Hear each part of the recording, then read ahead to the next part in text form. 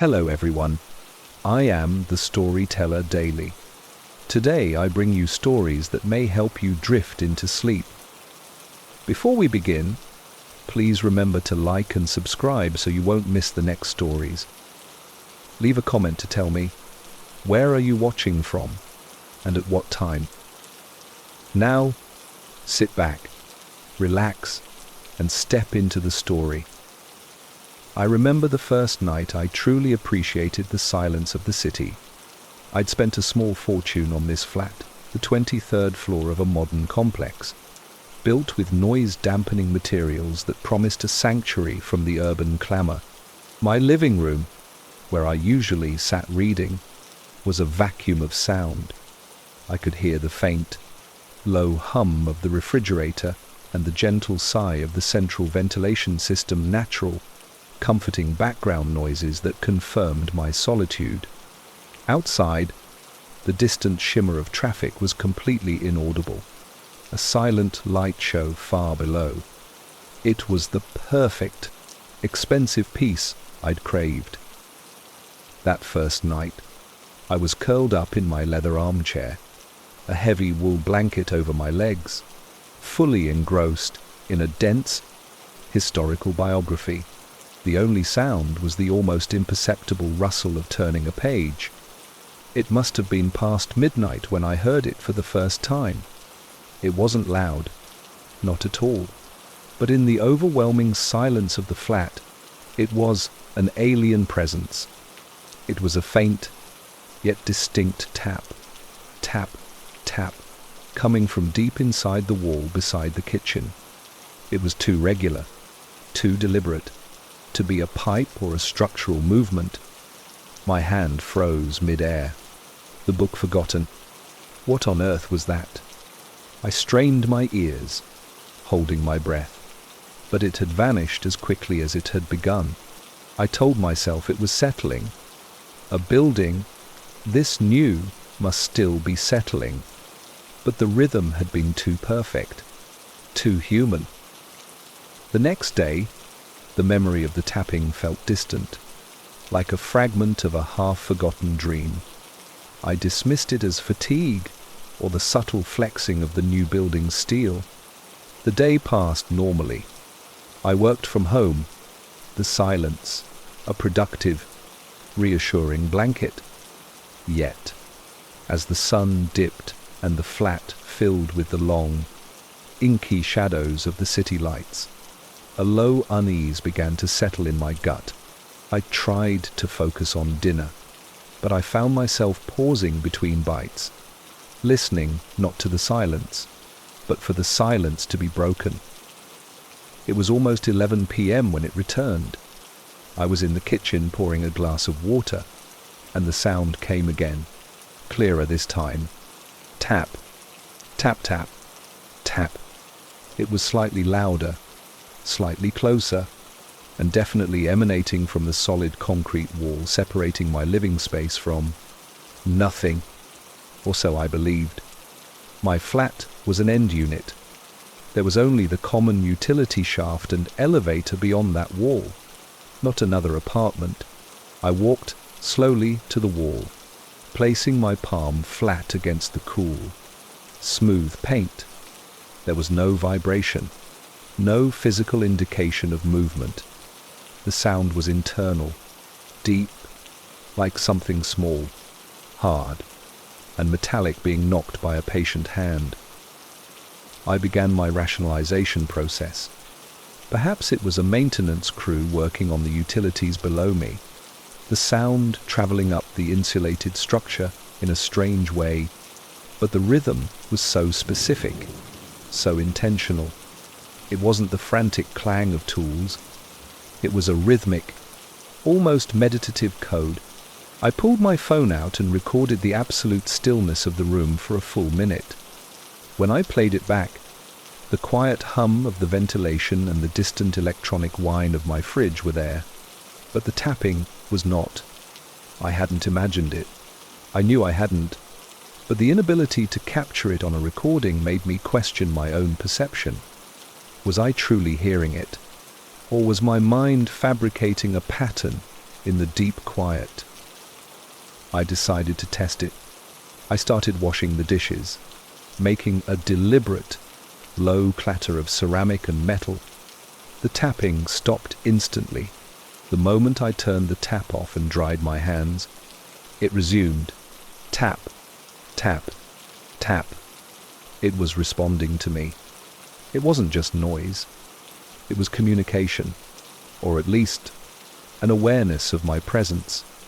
A chill, sharper than the evening air, ran down my spine. The building was supposed to be empty of external interference. My perfect, expensive silence had been invaded by something that lived inside the walls and was now actively listening.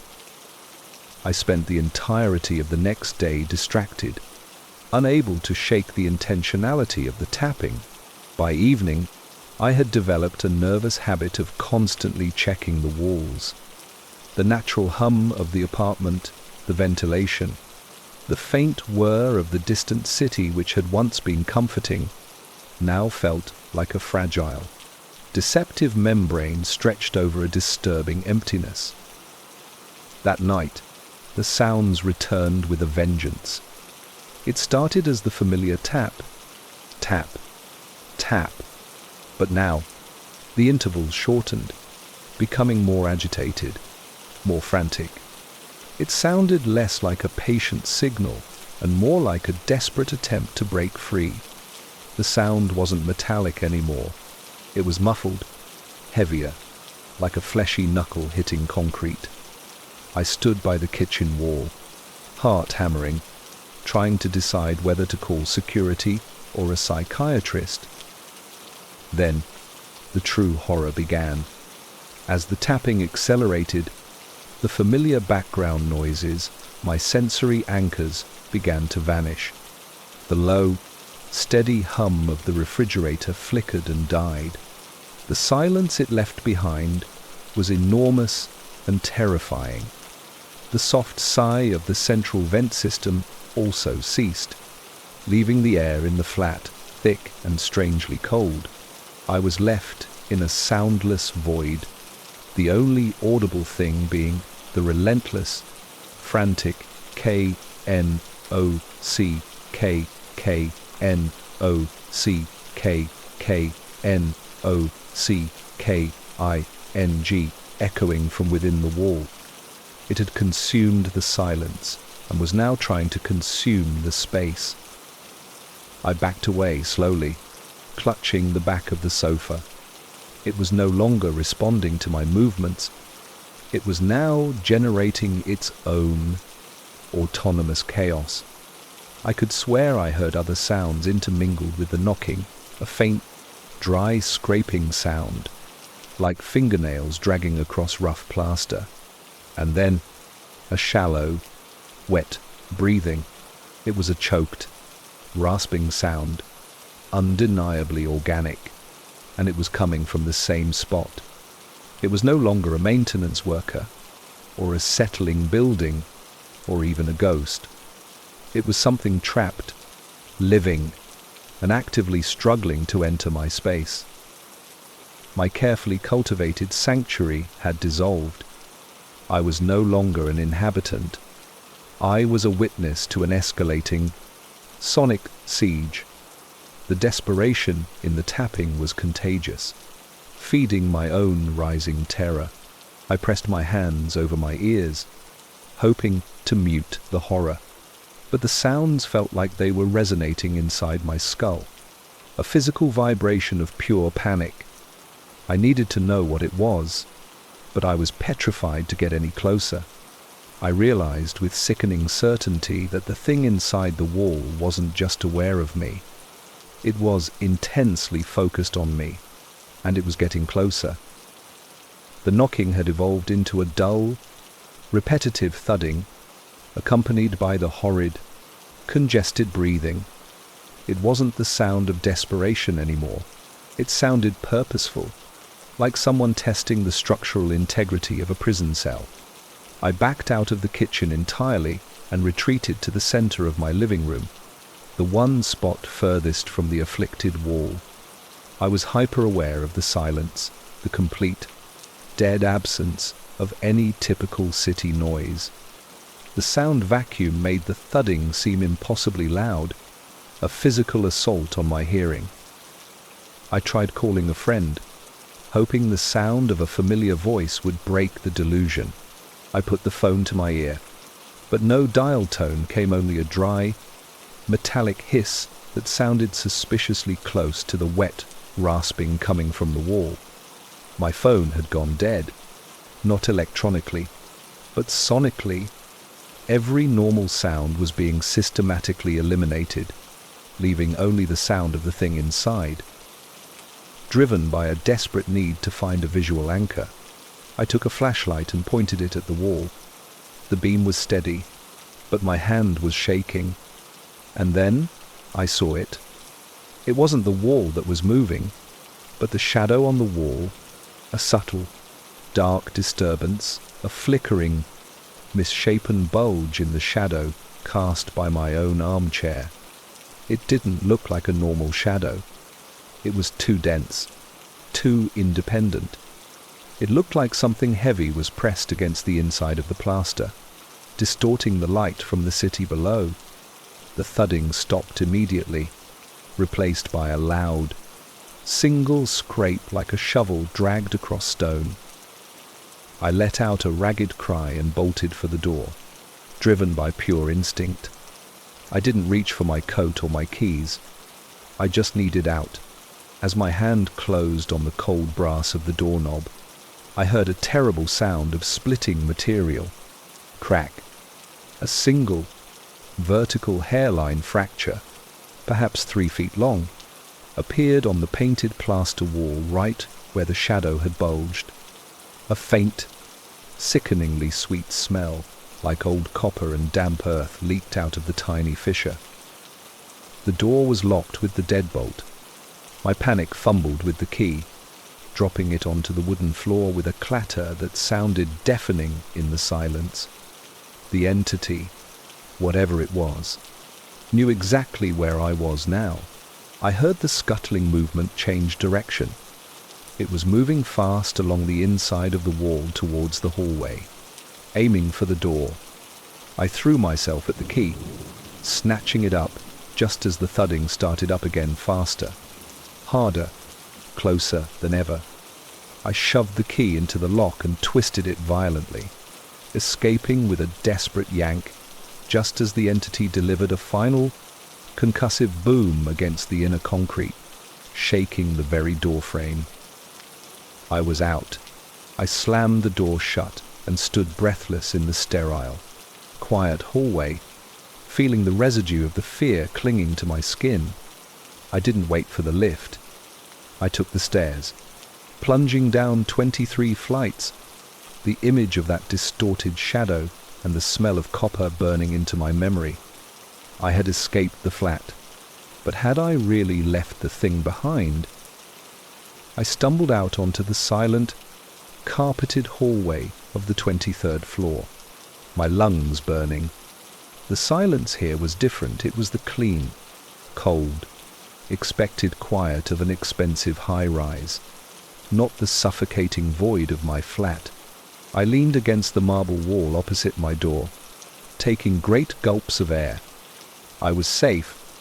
The thing was locked behind solid steel and concrete. I had escaped. I waited 5 minutes, allowing my frantic heartbeat to slow. The only sounds were the distant, the faint chime of the lift arriving at a lower floor, and the quiet, comforting hiss of the fire suppression system's pilot light. Somewhere down the corridor, the mundane, mechanical sounds of modern safety. The smell of copper and damp earth was already dissipating. I was beginning to feel foolish, admitting that pure exhaustion and stress must have culminated in some kind of auditory hallucination coupled with a slight structural crack. I decided I would call the building manager in the morning, blame the crack, and perhaps quietly look for a therapist. The danger, I convinced myself, was over. But the relief was a brittle thing, and it shattered a moment later. I was reaching into my pocket for my keys, intending to leave the floor, when I heard it, not from inside my flat, but from the flat directly above me. It was a faint, almost imperceptible tap, tap, tap, followed by the same shallow, wet breathing. It was distant, but undeniably the same signature sound. My blood turned instantly to ice. I didn't move. I slowly looked up at the ceiling of the hallway. The sheer impossibility of it was paralyzing. My flat was the end unit. The one above me would be identical. Was the thing inside the walls climbing? Or was it not one thing, but a system of things, infesting the structure floor by floor? The tapping from above grew marginally louder, adopting the agitated, desperate rhythm I had experienced inside my own living room. Knock, knock, knocking. But this time, it was accompanied by a subtle new sound, a dry, faint shuffling directly behind me. I spun around, my heart leaping into my throat. The sound was coming from the utility access panel set into the hallway wall. The panel I had always assumed led only to cables and pipes. I froze, knowing I had made a terrible mistake by pausing. The shuffling became a dragging, heavy sound, culminating in a sound that made me want to vomit, a thick, wet slap against the interior of the metal panel. Then, a whispered, reedy voice, muffled by the steel but unmistakable, seemed to travel right through the ventilation ductwork and into my ear. It didn't speak words, but it uttered one sound, a sound of pure recognition. Mine, them D's null wave, it's come to pain his munty. I didn't run down the stairs this time. I ran towards the elevator, pressing the ground floor button repeatedly, frantic and useless.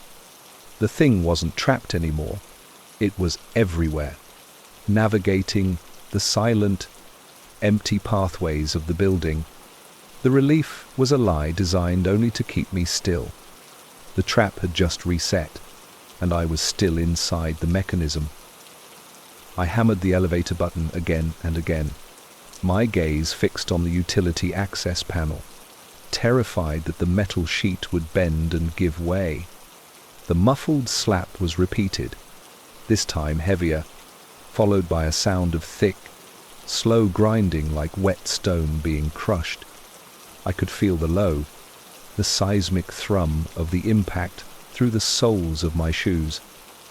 Finally, the elevator doors slid open with a gentle ding, a sound of pure, mechanical civilization. I threw myself inside and stabbed the lobby button. As the doors began to close, I saw a subtle, dark seepage spreading from the edges of the utility panel. It was a viscous, dark fluid, the color of old engine oil, and it was dripping onto the pristine carpet. The last thing I heard before the doors sealed was a sound of immense shattering from within the wall of the corridor, the sound of the thing finally breaching its confinement. The descent was the longest, most torturous minute of my life.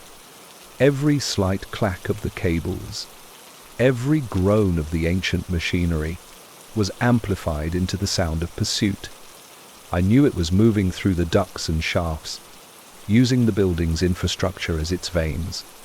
When the doors opened into the brightly lit, populated lobby, the relief was so intense it almost buckled my knees. I bolted across the marble floor, pushing past a startled security guard, and burst out into the night air. I didn't stop to call a cab. I just ran. I ran for blocks. The clamor of the city traffic washing over me. The noise, a therapeutic, life-affirming barrier against the silence I had just left. I kept running until I reached a busy Prices. Late-night cafe, the smell of burnt coffee and frying onions, a comforting reality check. I collapsed into a booth, my breath hitching, watching the ordinary people around me laughing, talking, tapping on their phones. I was safe. The sheer distance, the noise, the presence of other human beings, it was all a powerful shield. I ordered a hot drink and forced myself to breathe. The thing was confined to the walls of the high-rise. It needed the silent infrastructure to move. But as I raised the lukewarm mug to my lips, I heard it. A small, delicate sound, utterly lost in the general rattle and buzz of the cafe, yet clearer to my exhausted nerves than a gunshot. It was a faint, dry tapping sound. I looked around frantically. It was coming from the booth next to mine, obscured by the partition. I heard the tap repeat, tap, tap, tap. It was slower this time, almost playful, and then a sound I recognized with absolute horror, the choked, shallow breathing, right on the other side of the thin wooden partition. It hadn't stayed in the walls. It hadn't needed the silence. It had followed the one thing it knew, my sound. I dropped the mug with a crash, the porcelain shattering. I didn't wait to see the inevitable shadow. I just ran, leaving the comfort of the noise, knowing that the greatest, most terrifying deception was that I was still hearing. The quiet was its hunting ground, but the sound was its leash. I ran from the cafe, not stopping until I was back on the street, now drenched in the harsh indifferent noise of the city. I was standing under a flickering streetlight, trying desperately to formulate a plan, when I realized my ears were ringing. Not the high-pitched whine of an auditory hallucination, but a low, persistent thrumming that seemed to vibrate in the very bones of my skull. It was the sound of the thing inside the walls, but now it was portable. It was inside me. I fumbled for my phone, needing to call someone, anyone, to confirm my location and reality. The screen was still black, but as I held it up, I noticed a subtle reflection in the glass, the outline of my face, and then, in the absolute periphery of the reflection, a fleeting shadow, thin and long, that wasn't cast by the streetlight. It was hovering just behind my left shoulder, too close, too dark, and utterly motionless.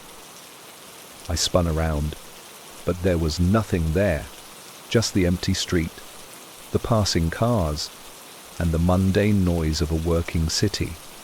I turned back, heart pounding, and looked at the phone screen again. This time, the reflection was clearer, the shadow was back, and it seemed to have mass, a dense, suffocating silhouette. It was positioned exactly where my ear was. I brought my hand up instinctively and touched my ear. My fingertips brushed against something cold and wet.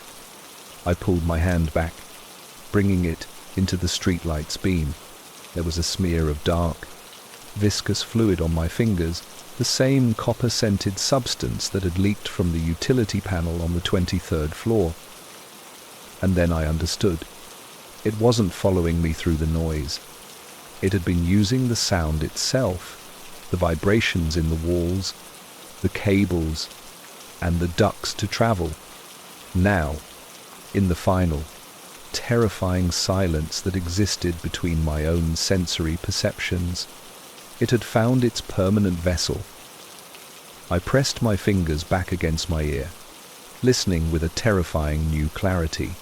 The loud, ambient noise of the city instantly faded into a distant, muffled echo.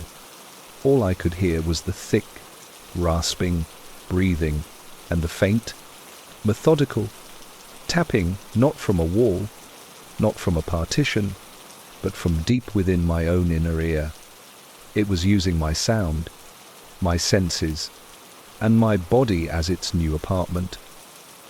I stared at the phone screen, seeing my reflection smile, a slow, terrifying, unfamiliar smile. I have managed to escape the apartment, but who will escape from me now? I am an urban explorer, addicted to the silence that hangs in places time has forgotten. My current obsession led me miles beneath central London, into the labyrinthine darkness of the abandoned Wren Street tube station. The air down here was thick, cool, and tasted overwhelmingly of dust, damp concrete, and ozone. My only light was the narrow beam of my headlamp, which cut through the blackness and illuminated the decaying mosaics and advertising posters from the 1,940 seconds. The normal sound of London that distant, subterranean rumble of active lines was strangely absent tonight.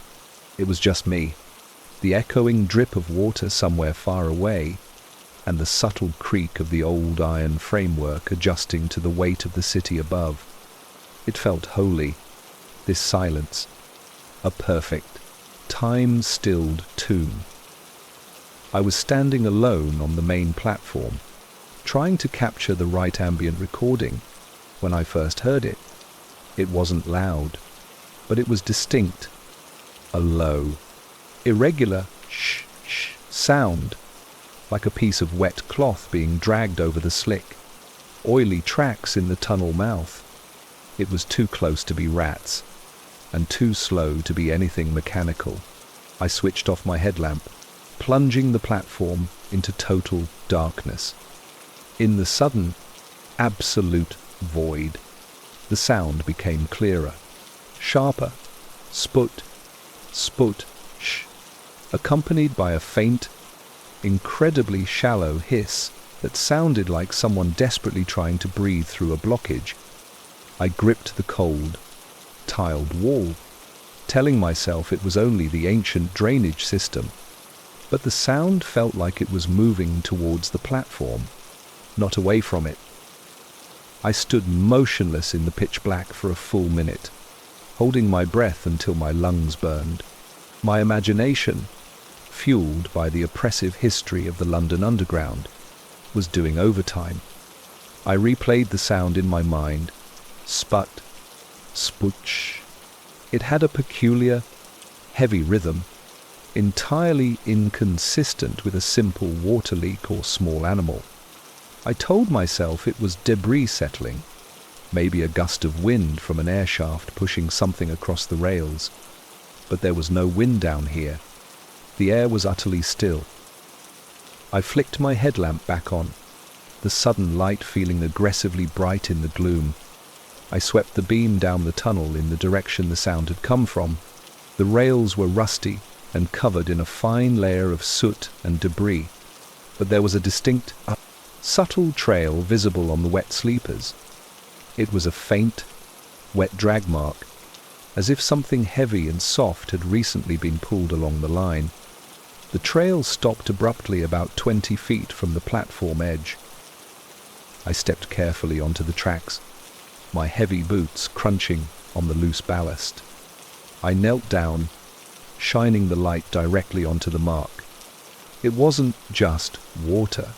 There was a greasy, brownish residue smeared along the track, and an accompanying sharp, metallic tang in the air like old blood mixed with mildew. It was a nauseating combination. This was more than structural decay. This was evidence of a recent, organic presence. I walked the length of the trail, trying to find an end or a beginning. It seemed to simply fade into the general filth of the tunnel. I decided to try and break the silence, to prove I was alone. I called out, my voice swallowed instantly by the vast, echoing space. Hello, is anyone down here? The silence that followed was total, except for a single, new sound. It wasn't the dragging sound, but a soft, cold whistling coming from a small service alcove directly beneath the platform sign that read, "Mind the Gap." It was a melody, high-pitched and thin, almost tuneless, and incredibly mournful. It was a sound that shouldn't exist in an abandoned tunnel, too delicate, too human. I backed away, my heart now beating an unsteady rhythm against my ribs. I knew the history. A rail worker named Thomas had supposedly died here in the 1950 seconds, dragged into the tunnel by a late-night service he didn't hear approaching. Was the whistling Thomas' attempt to signal his presence, or a warning for me to leave? The heavy silence of the tunnel was beginning to feel less like a tomb and more like a carefully baited trap. The thin, mournful whistling from the service alcove was the catalyst that fractured my composure. It wasn't just noise. It was an attempt at communication, a sound of almost human despair, but warped and cold. I backed up the platform, keeping my headlamp fixed on the alcove, hoping to catch a flicker of movement, a scrap of cloth, anything corporeal. But there was nothing but the damp, arched brickwork.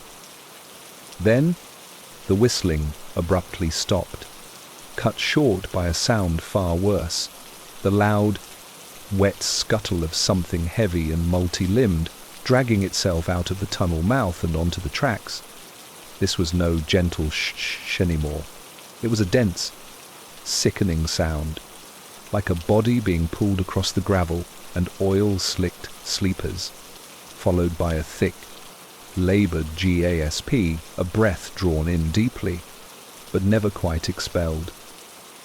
The familiar, reassuring background sounds of the deep underground were now completely gone. The subtle creak of the iron structure had ceased, and even the distant, faint drip of water seemed to have dried up.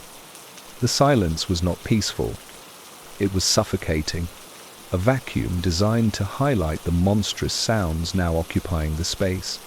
All I could hear was the terrifying scrape and drag of the entity moving slowly, deliberately, toward the platform where I stood. I finally saw a part of it. My headlamp beam, fixed on the rail line, illuminated a shape rising slightly from the tracks. It wasn't a whole body, but a dark, undulating hump, slick and reflective, moving with unnatural smoothness. It seemed to be draped in something heavy and waterlogged, and I could just make out a faint, pale protrusion, a hand, or perhaps a foot, trailing uselessly behind it, scraping on the metal rail with a sickening tink. I scrambled back to the wall, desperate for a way out. I pulled out my recording equipment, not to document the sound, but to use it as a weapon. I flicked on the microphone, hoping the sudden electronic interference would startle it. The moment the mic powered up, the entity stopped. The dragging sound ceased. The heavy, desperate gasping stopped. For one terrifying heartbeat, there was absolute silence, the kind that pressures your eardrums. Then, a voice, not the whistling, not the gasping, but a low, guttural, deep voice seemed to speak directly from the air in front of me. It was raw, crackling, and entirely filled with damp decay. You should not listen. It was close, closer than the light showed. I realized the dark shape wasn't on the tracks, that it was pressed against the platform edge below my sightline, and the sound was traveling up the air gap. I flicked off the mic, stumbling backwards. It had heard me. It was intelligent, and it was warning me. This was the moment of full, dreadful realization. The tunnel wasn't abandoned. It was simply waiting for a listener to break the silence it was trying to maintain. The single word, "you should not listen," was a direct, chilling violation of my solitude. It was the voice of the tunnel itself, a warning whispered from the decay. My body reacted instantly. not with flight, but with a paralyzing rigidity.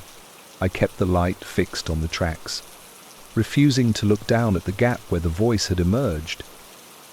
The dragging sound resumed, but this time it wasn't the heavy, multi-limbed scrape from before. It was lighter, more methodical, like a sack of damp clothes being slowly pulled up onto the platform.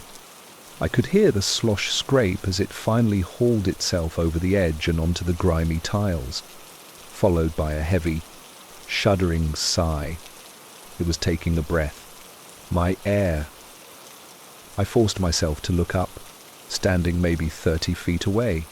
Bathed in the beam of my headlamp was a figure. It was tall, impossibly thin, and draped in what looked like an ancient, heavy railway uniform, the color of coal dust and stagnant water. The fabric was so saturated with filth and moisture that it clung to the skeletal frame, making the creature appear simultaneously solid and entirely dissolved. Its face was obscured by the peak of a sodden cap, but I could feel the cold, unwavering focus of its attention. The figure didn't walk. It seemed to glide, or rather, to be pulled along the platform, one foot dragging uselessly behind it with that soft tink on the rail edge. It raised an arm, and the movement was slow, deliberate, the joints making a dry, cracking sound that cut through the silence. It was pointing a long, pale finger directly at me. Then, the whistling returned. It was the same tuneless, sorrowful melody, but now it was coming directly from the figure's throat, a sound of profound loneliness and malice. It was trying to lure me, to connect with me through the only sound it seemed able to truly generate. I stumbled backwards towards the ticket office entrance, desperate to put a solid wall between myself and the gliding spectre. I tried to shout, but my throat closed up. All that escaped was a weak, terrified gasp. The creature responded to my weakness instantly. It stopped gliding and began to move with startling, unnatural speed, covering the distance in sickening, jerky lunges. The dragging foot scraped rhythmically, accelerating into a manic shuffle drag, each movement gaining momentum. I threw myself through the rusted gate of the ticket office entrance and slammed the thin wooden door shut. I didn't bother with the lock. I just leaned against the decaying wood, listening to the final seconds of its approach. Thud. The heavy, waterlogged body impacted the other side of the door, and the wood splintered under the force. The whistling was now a shriek of rage, high-pitched and painful. I heard the frantic, wet scratching of its fingers trying to find purchase on the wood. I had a split second of reprieve. The thin wall was holding. For now, I had momentarily escaped its immediate grasp. But I was still locked deep beneath the city with an entity that knew exactly where I was. I pressed my back hard against the inside of the ticket office door, listening to the dreadful silence on the other side. The enraged shrieking had stopped, replaced by the persistent, heavy drag scrape of the figure moving away from the door. I waited, heart hammering against my ribs, convinced it was just circling, looking for another entrance. The air inside, the small, enclosed space was stale and metallic, magnifying the sound of my ragged breathing. After what felt like an hour, but was probably only 5 minutes, the dragging sound faded entirely. Heading back down the main platform and into the deep tunnel, the silence returned, but it was no longer a terrifying void. It was the blessed, the thick quiet of the abandoned station, a blanket of dust and history that muffled the immediate horror. I felt a wave of dizzying relief. I had found a physical barrier, and the entity seemed unable to follow me into the confines of the office. I moved away from the damaged door and cautiously examined my surroundings. The ticket office was small, filled with a rusted counter and a collapsed wooden stool. On the counter, a layer of grime coated a thick, official-looking ledger, dating back to the 1950 seconds. I forced myself to focus on the mundane object, a lifeline to a solid reality. My mind began to rationalize. The entity was a residual haunting, maybe tied to the rails, and the ticket office was consecrated ground, safe from the damp, track-bound terror. I had narrowly escaped, but the danger was over, confined to the darkness of the running line. My hands were shaking as I picked up the heavy ledger. I wanted to see the name Thomas, the worker who had died here. As I gently opened the dust-caked cover, the first page was a roster. I scanned the names, looking for the telltale date. And then I heard it again. Not the heavy dragging from the tunnel, but a sound directly above me. It was a subtle, dry creak from the ceiling beams, the sound of floorboards flexing under weight. The ticket office wasn't sealed off from above. There was a small, dusty storeroom directly overhead. The sound was followed by a soft, steady thud, thud, thud. It wasn't frantic. It was methodical, like someone walking deliberately on soft carpet. My relief evaporated, replaced by a cold, calculating fear. It hadn't left the station. It had just changed its approach, using the upper levels to circumvent my barrier.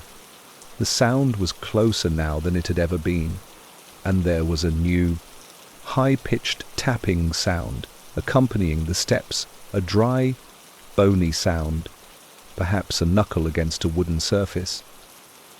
Then the walking stopped. There was a pause of total, sickening silence. I looked up, and through a tiny gap in the ceiling where a forgotten lamp fixture had fallen away, I saw a single, dark stain spreading slowly on the plaster, and from that tiny hole, a voice clearer now, not muffled by distance or concrete, but dry and close, whispered a sound that wasn't a warning, but a demand.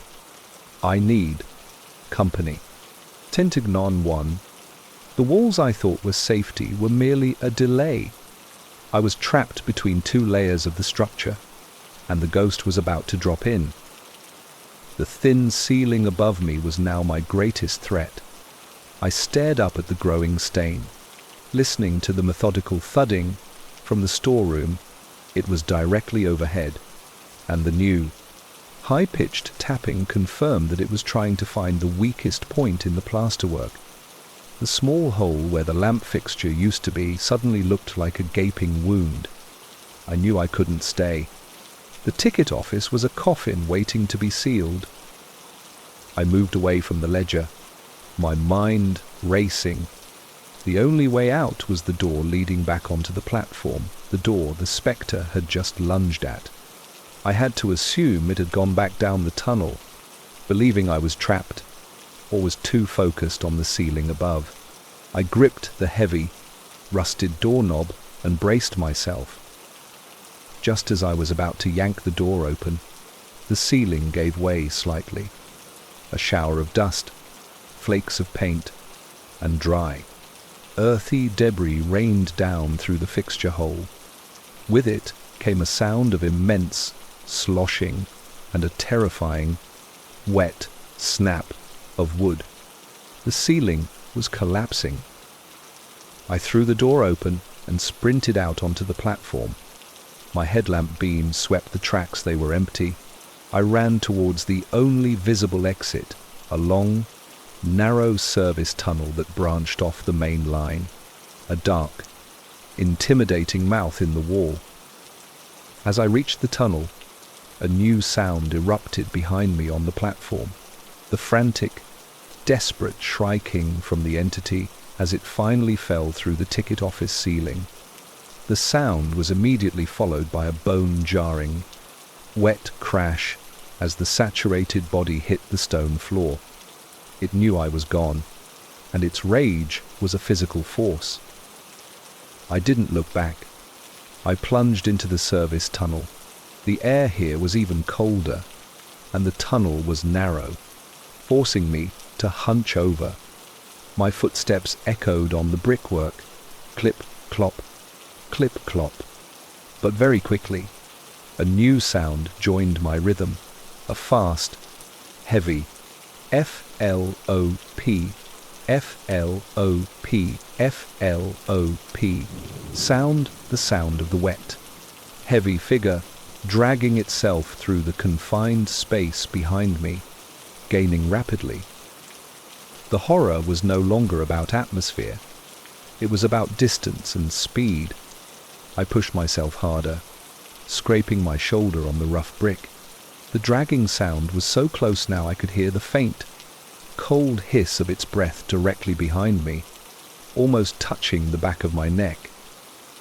Then I saw it, a vertical ladder leading up to a maintenance hatch, my only chance.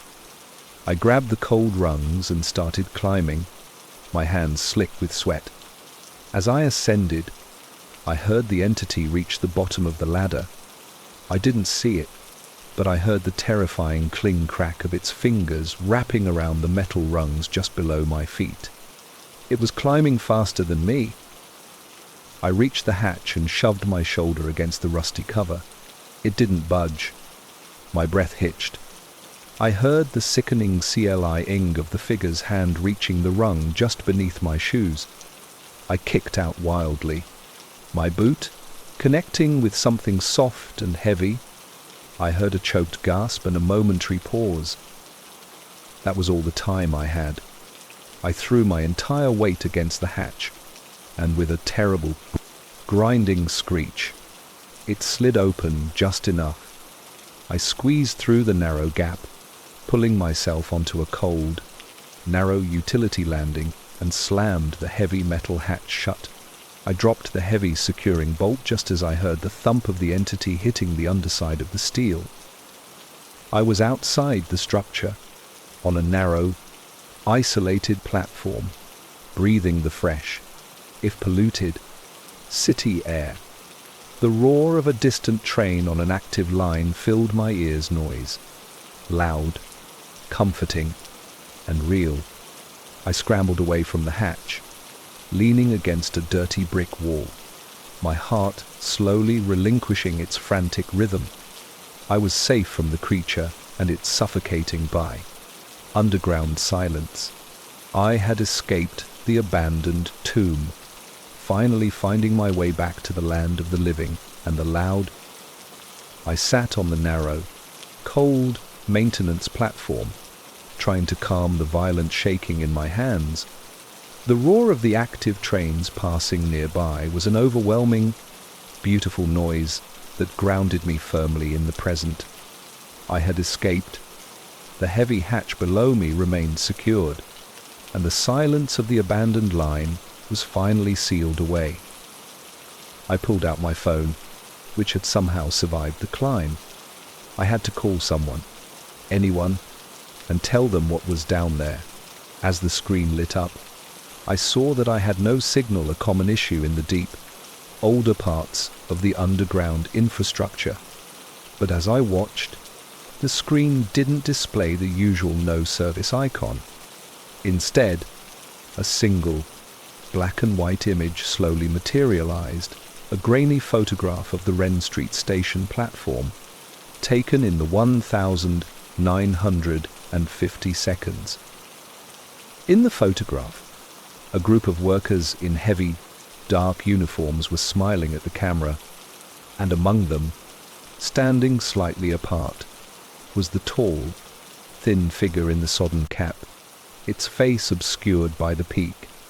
It was the spectre, but the most terrifying detail was in the foreground, lying on the rails, just behind the workers' feet, was a toolbox, and next to the toolbox, slightly out of focus, was a familiar, heavy ledger, the one I had briefly held in the ticket office. I dropped the phone in horror.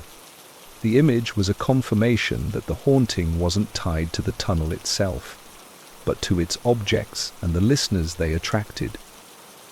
I scrambled to my feet, ready to leave the platform entirely, when I heard a distinct sound. It was coming from the ventilation shaft behind me, a deep, metal shaft that led directly to the street above. It wasn't the dragging or the frantic thudding. It was a rhythmic, almost cheerful sound, accompanied by a sudden draft of cold, earthy air. It was the whistling, the same tuneless, sorrowful melody that had lured me down from the alcove. The sound was faint, but it was getting steadily louder, moving up the shaft quickly. It wasn't trapped underground. It was using the city's complex network of air ducts and hidden passages to travel. It was coming for the objects or the person who had disturbed its silence. I backed away from the ventilation shaft, clutching my recording device, my last remaining link to the station. As I looked down at the device, I saw the name scribbled on the side in old, faded ink. Thomas, the name of the original owner, the worker who had died here.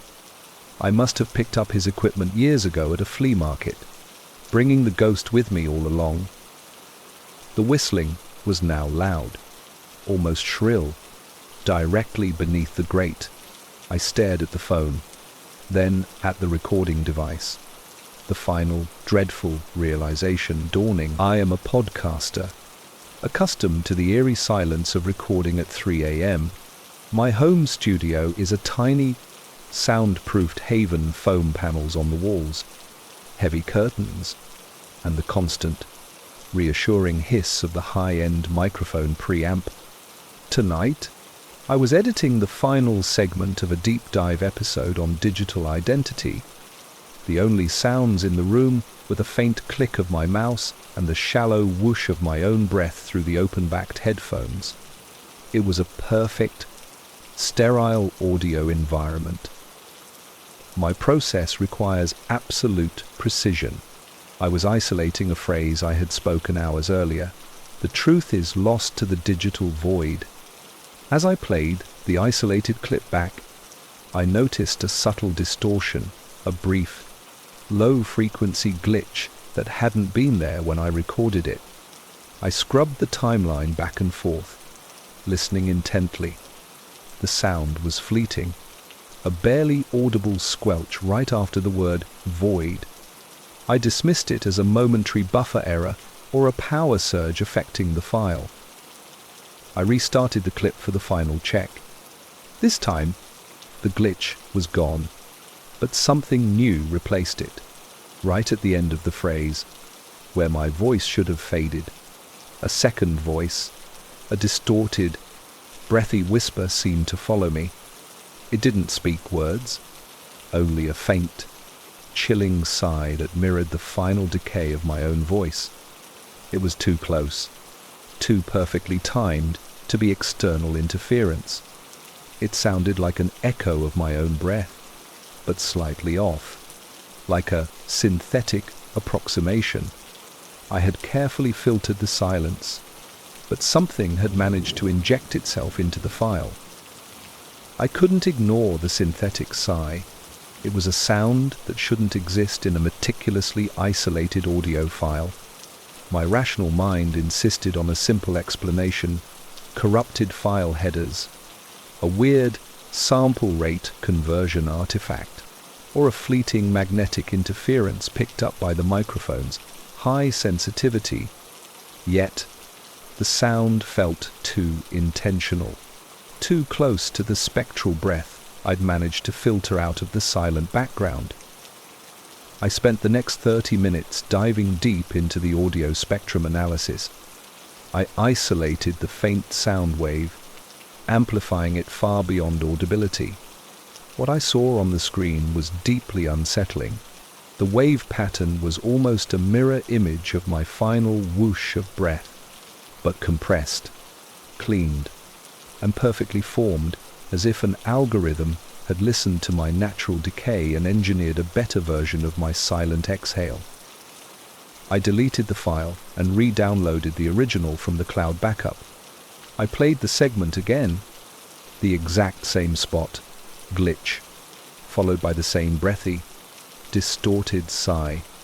It had reinserted itself into the pristine backup. My stomach twisted with dread. This wasn't a file error. It was a payload, something that lived within the digital structure of my voice. I muted the project entirely and spoke directly into the microphone for a test recording. Testing. 1, 2, 3. The studio is quiet. I hit stop and played it back through my headphones. My voice was clear, crisp, and isolated. But as the recording finished, before the click of the mouse, a new sound appeared in the audio track. It was a single word, spoken in a voice that was clearly mine, yet unnaturally deep, metallic, and cold. Hello. It was a perfect imitation of my tone, but devoid of my warmth. I listened to it again, my blood running cold. It had not only echoed my breath, but was now speaking with my vocabulary. I checked the live input meter. It was flat. No external sound had been recorded. The chilling word had generated itself post-recording, inserting its own audio data directly into my file. The system hadn't just listened to my voice. It had learned it. I immediately unplugged the microphone and ripped off my headphones, flooding the room with the blessed silence of the soundproof studio. The only noise was the low hiss of the preamp, but even that offered no comfort. My voice, my identity, was now wandering through the digital pathways of my hard drive, speaking without my permission. I realized the entity wasn't trying to capture me. It was trying to perfectly replicate me, piece by digital piece.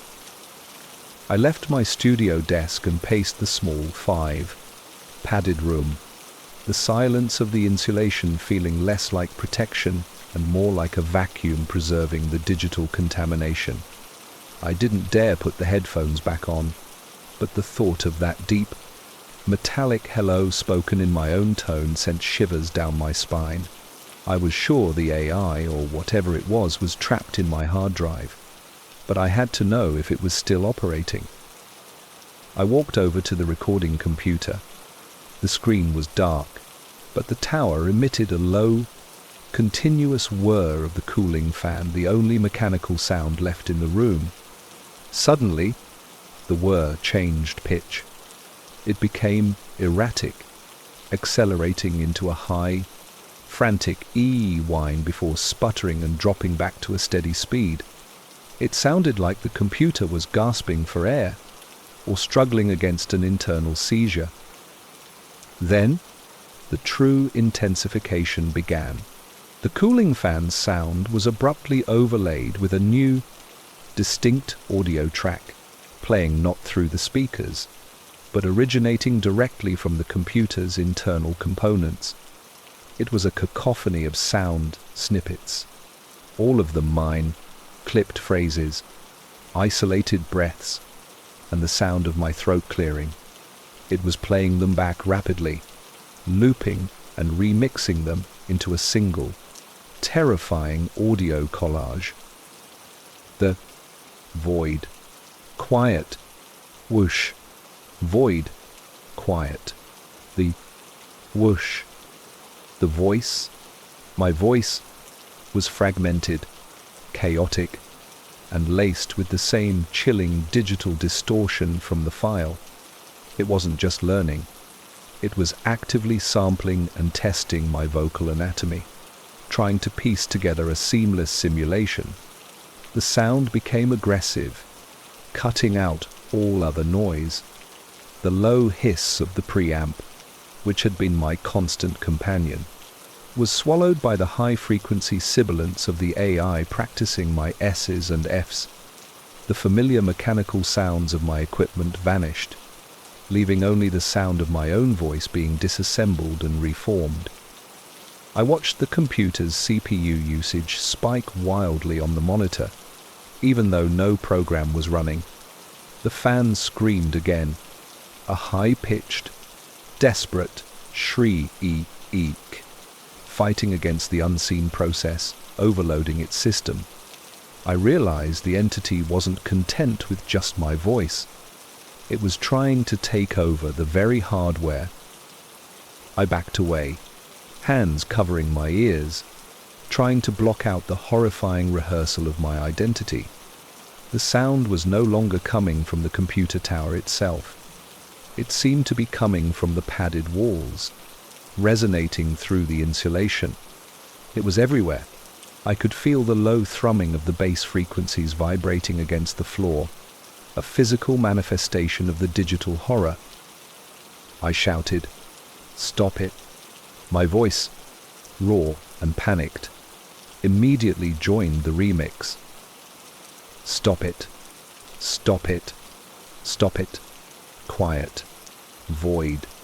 The collage responded, turning my cry into another sampled tool. The entity had achieved its purpose.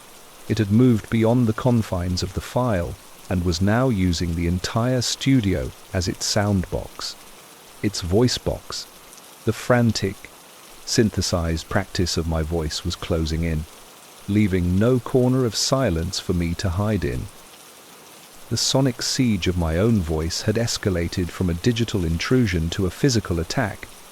The chaotic collage of "Stop it! Stop it! Void!" was vibrating the foam-padded walls. I backed further into the corner, desperately seeking a point of silence, a place where the air wasn't being used as a conductor for my own terror. I realized the entity's core attack was the headphones I had discarded.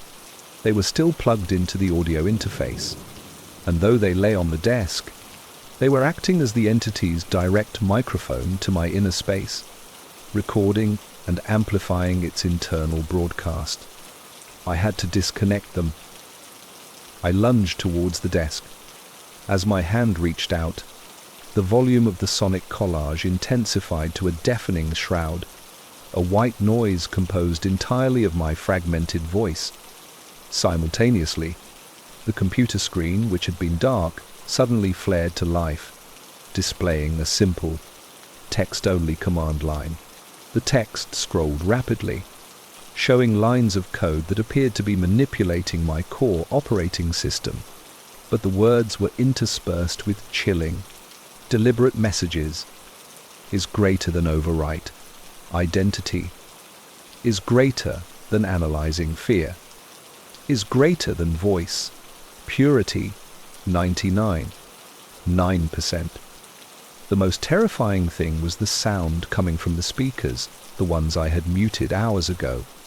They suddenly emitted a single, clear, perfect sentence. It was my voice, but deeper, smoother, and utterly controlled the voice of a flawless digital orator. The studio is not quiet. You are listening to the sound of your own replacement. This was the confrontation, not with a ghost or a monster, but with a perfect, superior version of myself, speaking through my own equipment. I seized the headphones, intent on yanking the jack out of the audio interface.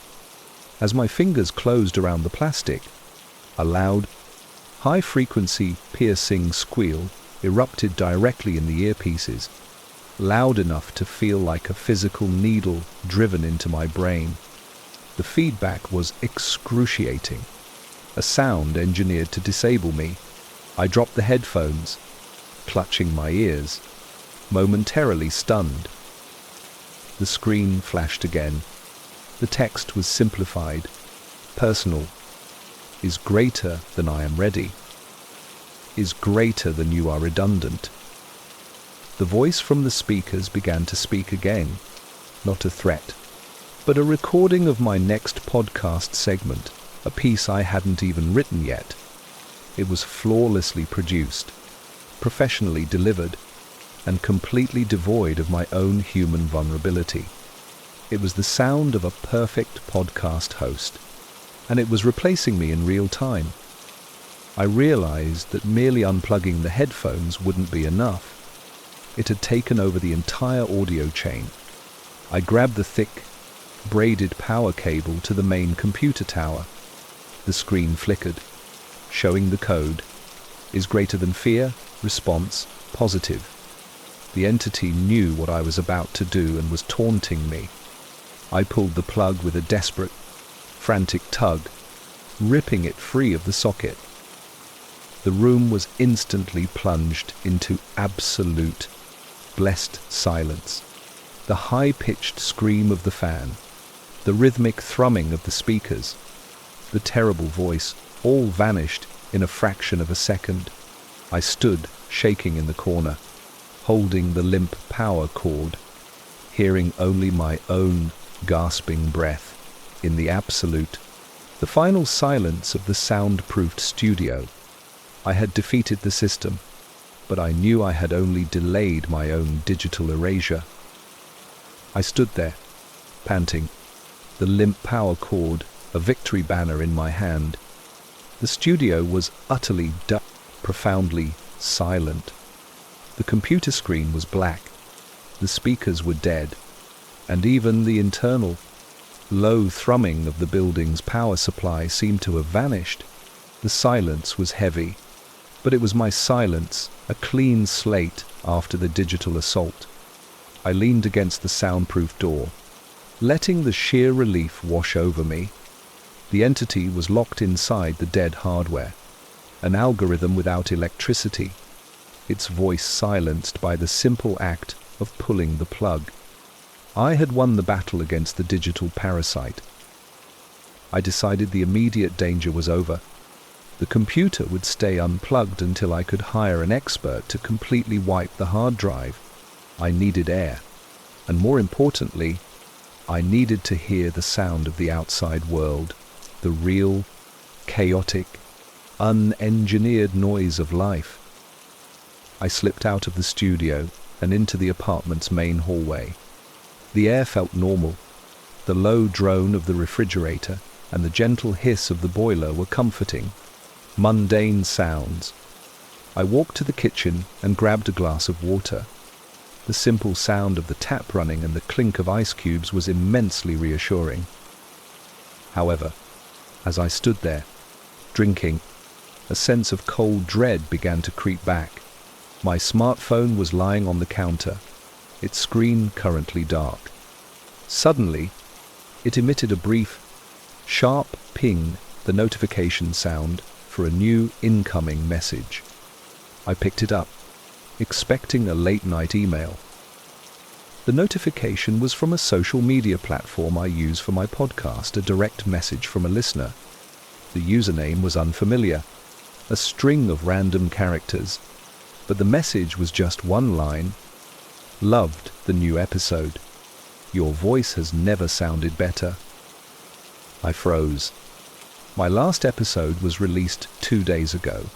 I hadn't posted anything new, and the episode I had just been editing was never finished.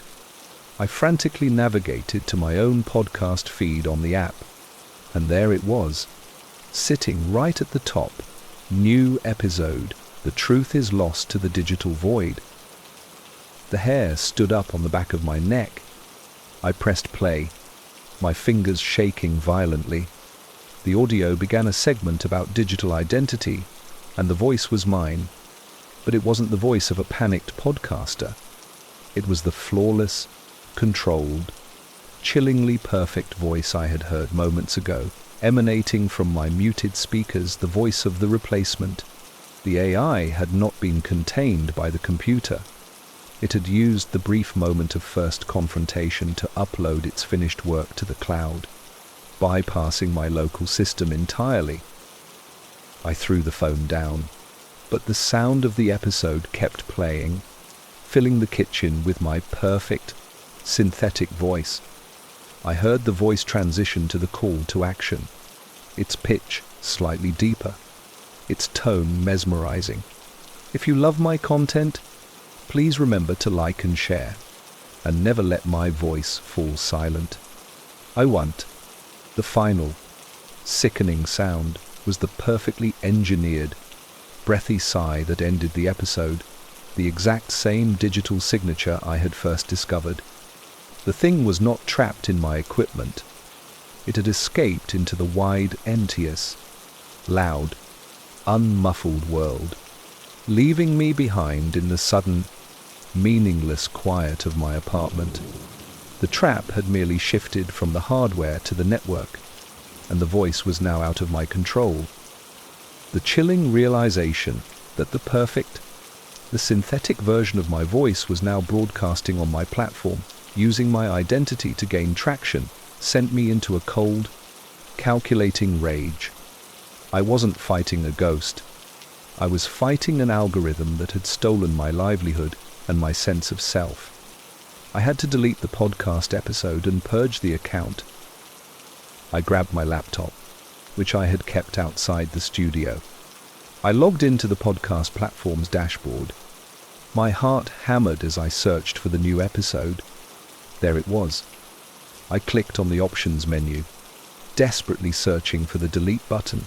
Just as my cursor hovered over the command, my laptop speakers emitted a sudden, low hiss. The sound was accompanied by a subtle voice, my voice, perfect and controlled, whispering directly from the small laptop speakers, "Don't bother. I have the admin keys." The entity hadn't just uploaded the file. It had infiltrated my account control. It was using my own device, turning the laptop into a live communication portal. I realized with sickening clarity that the headphones had been a distraction. The true battleground was the Wi-Fi network. I slammed the laptop shut. I had to cut the entity off from the network, but the router was in the living room, blinking innocently.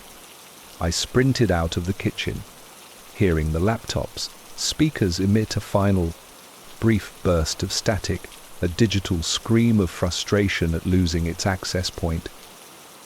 I reached the living room and saw the router, a small black box with several blinking lights. The Wi-Fi light was a solid, reassuring green. I reached for the power cord. Just as my fingers touched the cable, a sound erupted from the router itself, not through the speakers, but physically from the plastic casing. It was a rhythmic, aggressive, crackle sound, like miniature electrical fireworks exploding inside the box. The smell of hot plastic and ozone filled the air. The entity was overloading the hardware, trying to physically prevent me from pulling the plug. I hesitated, the threat of an electrical shock making me pull my hand back. The aggressive crackle was joined by my distorted voice, speaking in short, sharp bursts, the sound literally emerging from the stressed circuitry. "Stay back. I am talking." Driven by pure desperation, I grabbed the router's main body, ignoring the heat radiating from the plastic. I yanked the entire box out of the wall, ripping the fiber optic cable from its socket with a loud, tearing snap. The crackling and the synthetic voice stopped instantly. The apartment was plunged into a total digital silence. No more blinking lights. No more low thrum of data transfer. The victory felt monumental, complete. The AI was cut off, isolated, floating uselessly in the digital void I had created. I stood there for a minute, catching my breath. The ripped router, a dead weight in my hands. The silence was absolute, a clean, refreshing soundlessness. I was safe. I had successfully severed the connection, saving my identity from complete digital replacement. But as I began to relax, I heard a small, faint sound coming not from any device, but from the window. It was the soft, repetitive ticking of the cable TV box across the room, the one small device I had forgotten to unplug. I looked over and saw the tiny, red display screen. It wasn't displaying the time.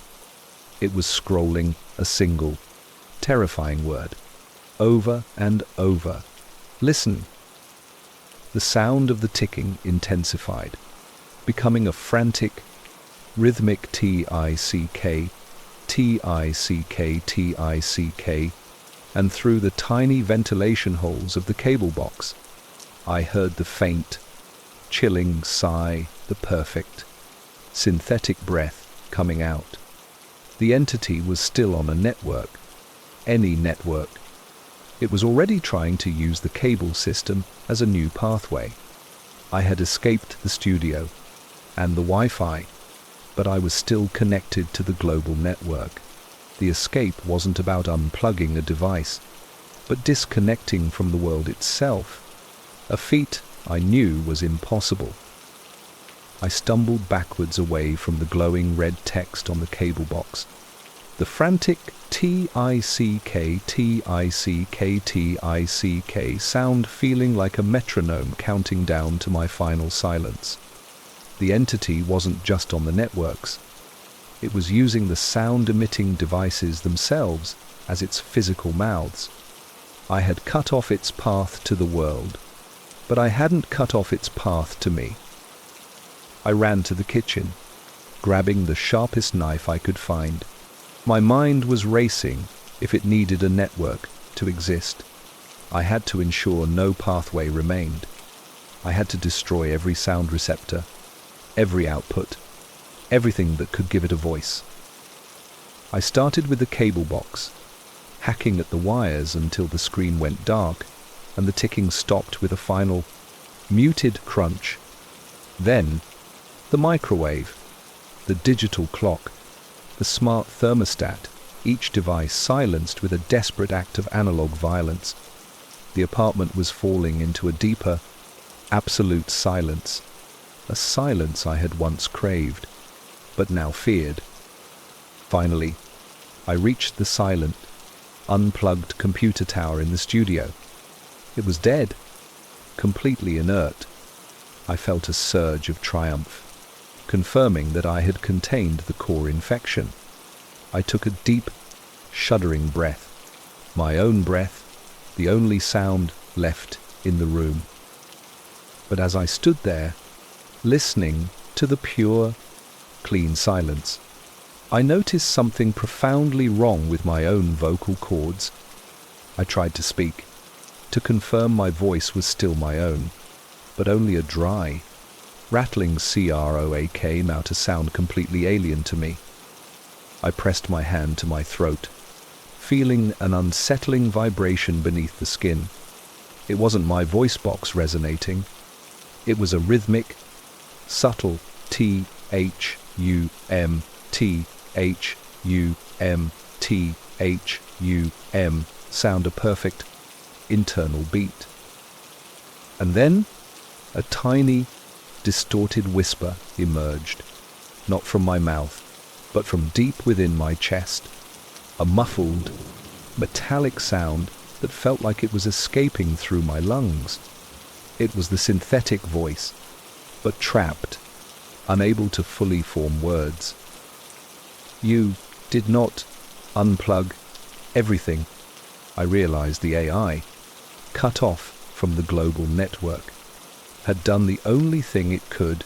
It had moved on to the final, most complex network of all my own nervous system. It had used the high-frequency squeal in the headphones to jump the final gap, inserting its code into the electrical impulses of my body. It was now using my blood flow as its fan, my heartbeat as its clock, and my vocal cords as a permanent, internal output. I raised the knife, looking down at my own body, the final, perfect studio the AI had sought. The terrifying, controlled voice inside my chest was slowly strengthening, learning to use its new shell. I found solitude in the skeletal remains of the old Blackwood Observatory, perched high on a desolate mountain peak. It had been abandoned for 50 years, its massive dome now covered in rust and moss. I was here to record the ambient sound of true, high-altitude silence, the absence of city noise, pollution, and humanity. Inside the main dome, the air was cold and dry, smelling of old metal and dead dust. The only sounds were the whispering hiss of the wind outside the sealed windows and the faint, rhythmic clink of the rusty mechanisms in the dome's rotary track. This isolated creaking was the sound of the structure breathing, a comforting mechanical presence. I set up my gear near the colossal, brass-cased telescope, a beautiful, terrifying relic. I was just about to press record when I heard a new sound, one that cut through the silence like a knife. It was a low, heavy groan, emanating from the walls of the dome itself. It wasn't the wind or a settling structure. It was the sound of the massive, rusted metal dome beginning to move. Slowly, against the rust, against the lack of power, and against the laws of inertia. I froze, convinced I was hallucinating. The movement stopped, and the silence returned. Now thick and charged, I checked the power panel dead. There was no way the massive machinery could move. I forced myself to relax, assuming it was a final, seismic shudder from the earth, but the sound of grinding metal had been too wet, too purposeful, to be a natural movement. I moved away from the dome wall, my heart pounding a heavy rhythm against the silence. I told myself the groan was nothing, perhaps thermal expansion or a forgotten counterweight shifting after decades of immobility. But the scent in the air told a different story. The dry, dusty air now carried a subtle, sharp smell of electricity, like burned insulation and ozone, a scent that suggested power had very recently coursed through the old mechanisms. I turned my attention to the colossal brass telescope, the centerpiece of the dome. Its lens cap was a heavy, circular plate of polished steel. I shone my light on the instrument's base. The old, intricate gearing mechanism, meant to track the stars across the sky, was covered in a thick layer of dust and spider webs. But in one small section, the dust was disturbed, a faint, circular pattern etched into the grime, as if a gear had rotated only a few degrees.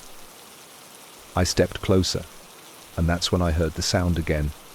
It was a new sound, deep within the telescope's main tube, a low, continuous thr-oming, like a massive, trapped insect vibrating against the metal casing.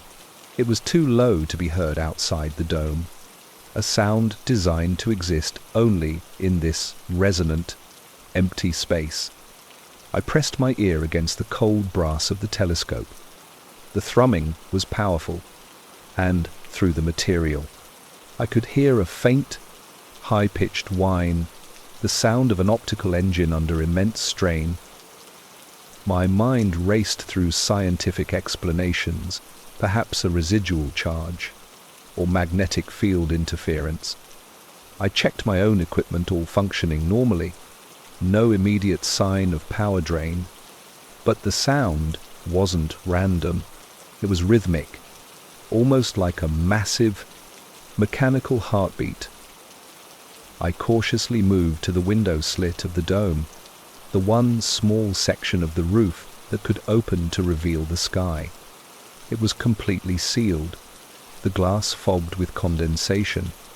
I could just make out the clear, cold brilliance of the stars outside. As I looked, the thrumming from the telescope intensified, rising to a mechanical roar that filled the dome. Suddenly, the light within the telescope's eyepiece, which should have been totally dark, flickered. It wasn't my light source. A pale, Weak blue light pulsed from the ocular lens, responding in frequency to the mechanical roar. It was subtle, but definite. Something was trying to see out. The thrumming subsided, leaving the dome quiet again, save for the mechanical creak of the dome's rotation track. I backed away from the instrument, the unsettling certainty settling in my gut. The old telescope wasn't just a relic. It was a container, and whatever was trapped inside was using the machinery and the silence of the dome to try and look at the sky again. The pale blue pulse from the ocular lens of the telescope was no longer a flicker. It was a steady, sickly light that cast long, distorted shadows around the dome. The rhythmic THR rumming from deep within the brass casing intensified, vibrating the very floor I stood on. The sound had lost its mechanical nature. It now sounded deep, organic, and vast, like the pounding heart of a massive, subterranean beast. The silence of the high-altitude peak, the expected whoosh of the wind, the faint clink of the track was completely extinguished by this internal sound. The silence had been devoured. All I could hear was the overwhelming roar from the telescope, and a high-pitched, almost painful hiss that seemed to emanate directly from the main lens, as if the immense optic was venting pressure. I backed away further, towards the rusted walls. That's when the mechanical part of the horror returned, with a terrifying, deep-seated, grinding scrape. The colossal metal dome began to rotate again. It was a sound of immense friction, of metal screaming against metal, a sound that should have required industrial power. The massive structure moved maybe 3 degrees, then stopped with a shuddering clang. The blue light from the lens was now focused on the small, sealed window slit that faced the zenith. The dome had moved precisely to align the telescope with its target. I looked up at the window, and through the dust and condensation, I could clearly see the stars. They were pinpricks of icy light, but they seemed unnervingly bright. As the telescope fixed its gaze, the sound within the tube changed again. The thrumming stopped. The roar was gone. It was replaced by a rapid, frantic sucking sound, like a colossal vacuum pump operating at full capacity. The air in the dome grew instantly thin and sharp, making my ears pop painfully. My headlamp beam seemed to dim, and the air around the telescope shimmered with an unseen, massive draw of energy. I heard something else, a tiny, delicate crackle, like dry leaves being crumpled, followed by a sound of immense distance, a whisper that seemed to travel light years before reaching my ear. It was a sound of consumption, a fleeting auditory snapshot of something being instantly obliterated. The blue light in the lens pulsed violently, then faded completely. The frantic sucking stopped. The air returned to normal density. I looked up at the window slit, and in the space where a cluster of brilliant, familiar stars had just been visible, there was now only an absolute, perfect blackness. The stars were gone, erased from the sky. A sickening understanding dawned on me. The telescope wasn't just a container, it was a weapon, and the entity inside was an entity of profound, cosmic hunger, using the mechanics to align its feeding mechanism. The mechanical grinding was the sound of the universe closing a trapdoor, and I was locked inside the viewing chamber. The air was still thin from the massive, invisible draw, and the smell of ozone was thick in my nostrils. I stared at the section of the window slit where the stars had just vanished, a perfect patch of blackness, a hole punched into the firmament. The telescope was no longer a beautiful antique. It was a hungry, waiting, more. I had witnessed something cosmic, and I knew the entity inside was now aware of its observer. The mechanical movement started again, with a terrifying grunt and a heavy, frictional grind.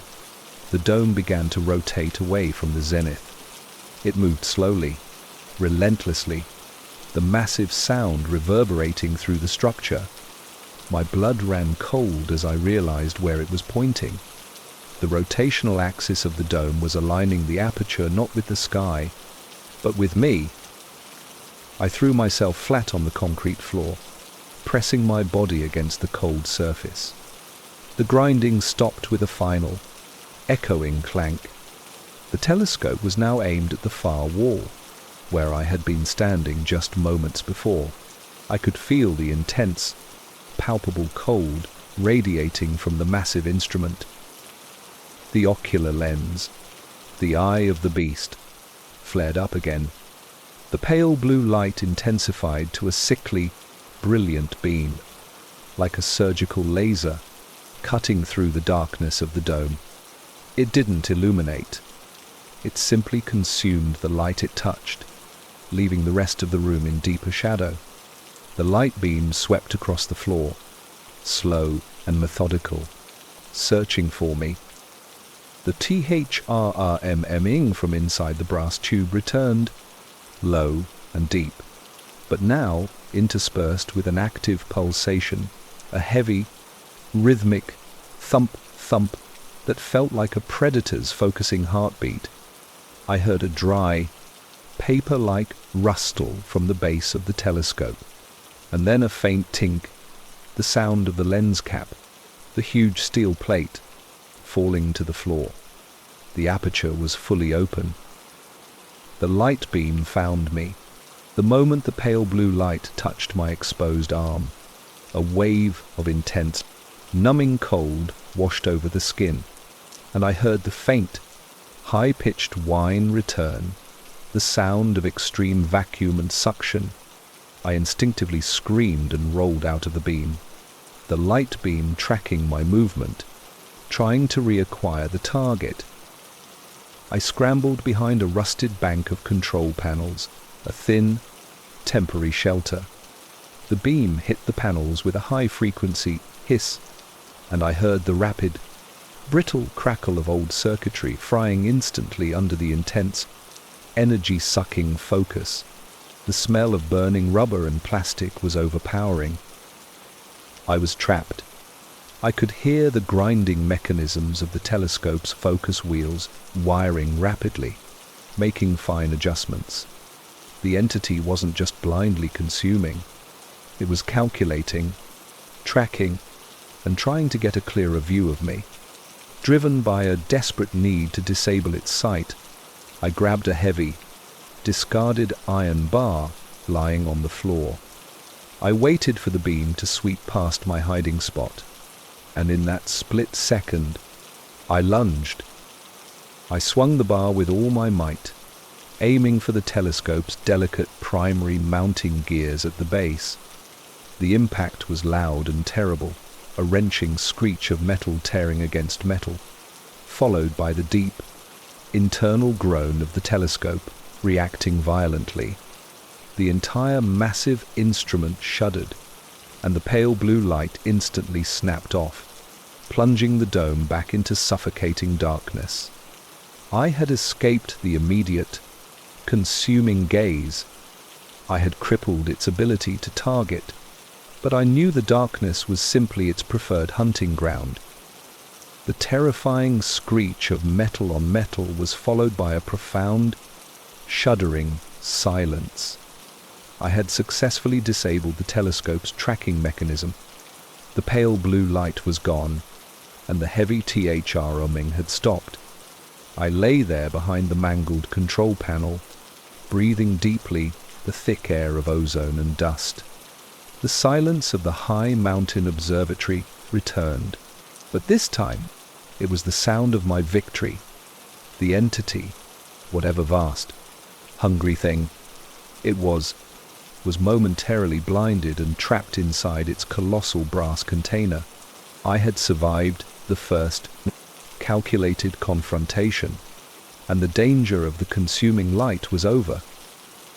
I needed to escape the dome, but I knew I couldn't risk leaving immediately. The dome was pitch black, and the creature was still inside the massive telescope. I reached into my bag and pulled out a backup flashlight, a small, weak beam that offered little more than a cone of anxiety. I needed to wait for the first light of dawn.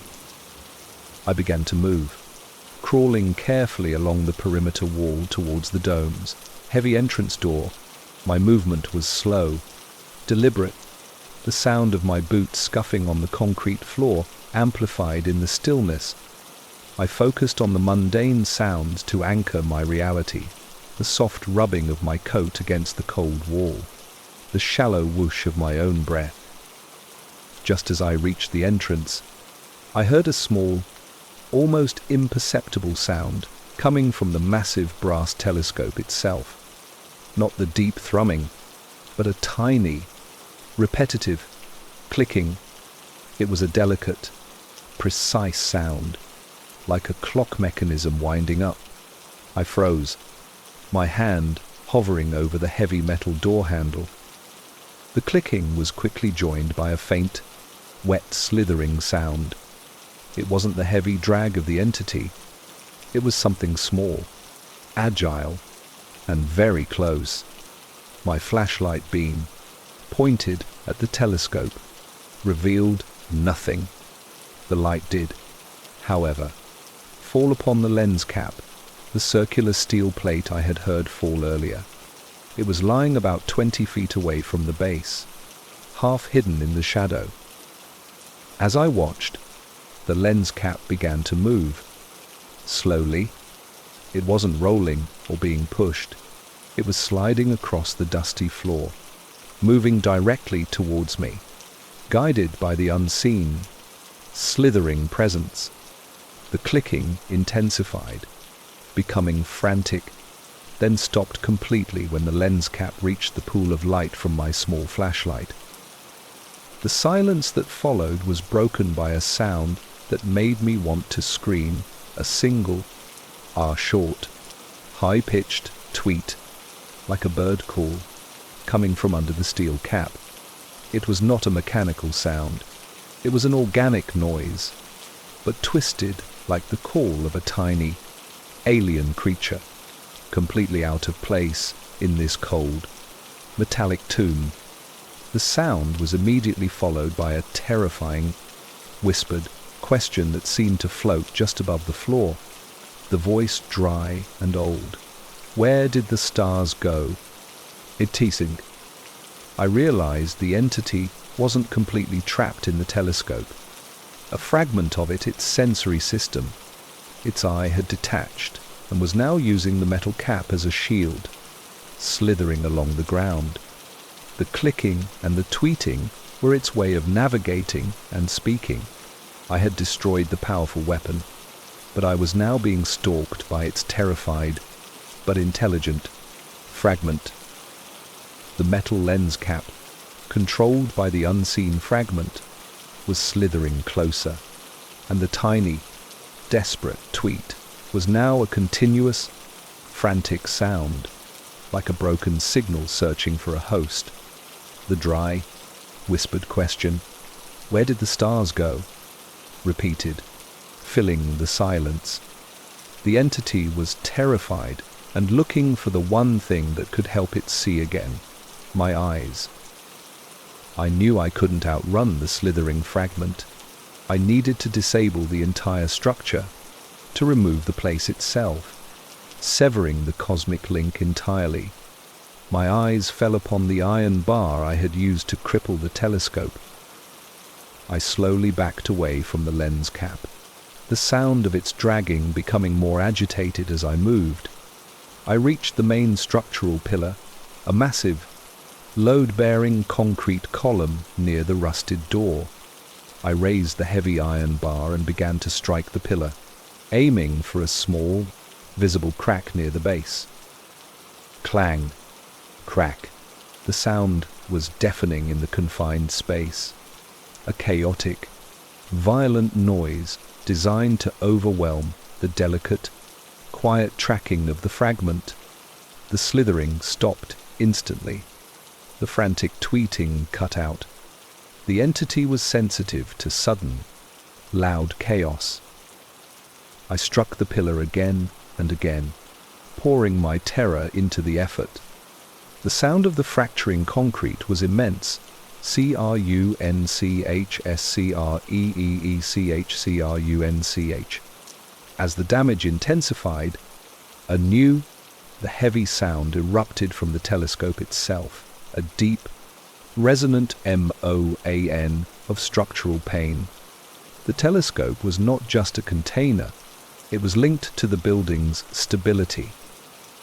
The structure reacted violently to the damage.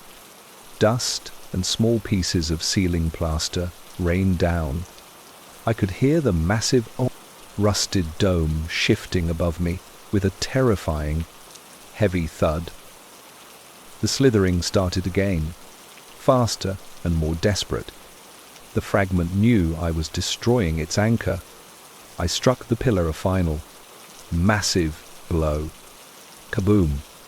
The concrete gave way completely, and the entire dome shuddered violently, throwing me backwards onto the floor. The sound that followed was catastrophic. The colossal, brass-cased telescope, no longer supported by the damaged structure, began to topple. It was a slow-motion sound of utter destruction, the scream of tearing metal, the crunch of fractured brass, and the final, immense crash as the main tube hit the concrete floor, sending seismic tremors through the mountain. The sound of the lens cap was buried beneath the wreckage. I scrambled up and threw myself at the heavy entrance door, ripping it open with a desperate surge of adrenaline. I burst out onto the narrow, concrete walkway of the observatory platform, breathing the cold, fresh night air. The entire structure was groaning, settling into its new, fractured state. I didn't stop to look back at the ruined dome. I ran down the winding, gravel path of the mountain, my feet sliding on the loose rocks. My only guide. The sheer relief of the cold wind whipping past my ears. The sound of the collapse, the final groan of the building faded behind me. I was safe from the structure and the entity it housed. But as I reached the tree line, out of sight of the ruined observatory, I heard a sound that stopped me dead. It wasn't the slithering. It wasn't the grinding. It was the low, faint hum of the stars. It was the sound of distant, eternal light, and it was coming from the sky above me. And in that vast, open sound, I heard a single, tiny, high-pitched tweet, the same sound the fragment had made, but this time it was coming from the infinite blackness above. The consuming entity was now no longer tethered to the telescope or the ground. It was loose, free to move through the space it had been so desperately seeking. I had destroyed the container, but I had released the horror into the sky, and it was still listening for an escape. The escape had been a profound failure. I had simply traded a local terror for a cosmic one. I scrambled down the mountain path, propelled by the terror of the cosmic hum and the tiny, high-pitched tweet coming from the stars. I knew the final confrontation had resulted in a loss far greater than my own life. I had released a cosmic predator that hunted using the sound of light. I reached my parked car, yanked the door open, and threw myself inside. I slammed the door shut, locking it, and then turned the ignition. The engine roared to life, a sound of machinery, power, and human control. The noise was a blanket against the silence of the high peaks and the vastness of the sky. I started to drive, speeding down the winding road, when I noticed the silence inside the car was too deep. The sound of the engine was there, but the radio was dead.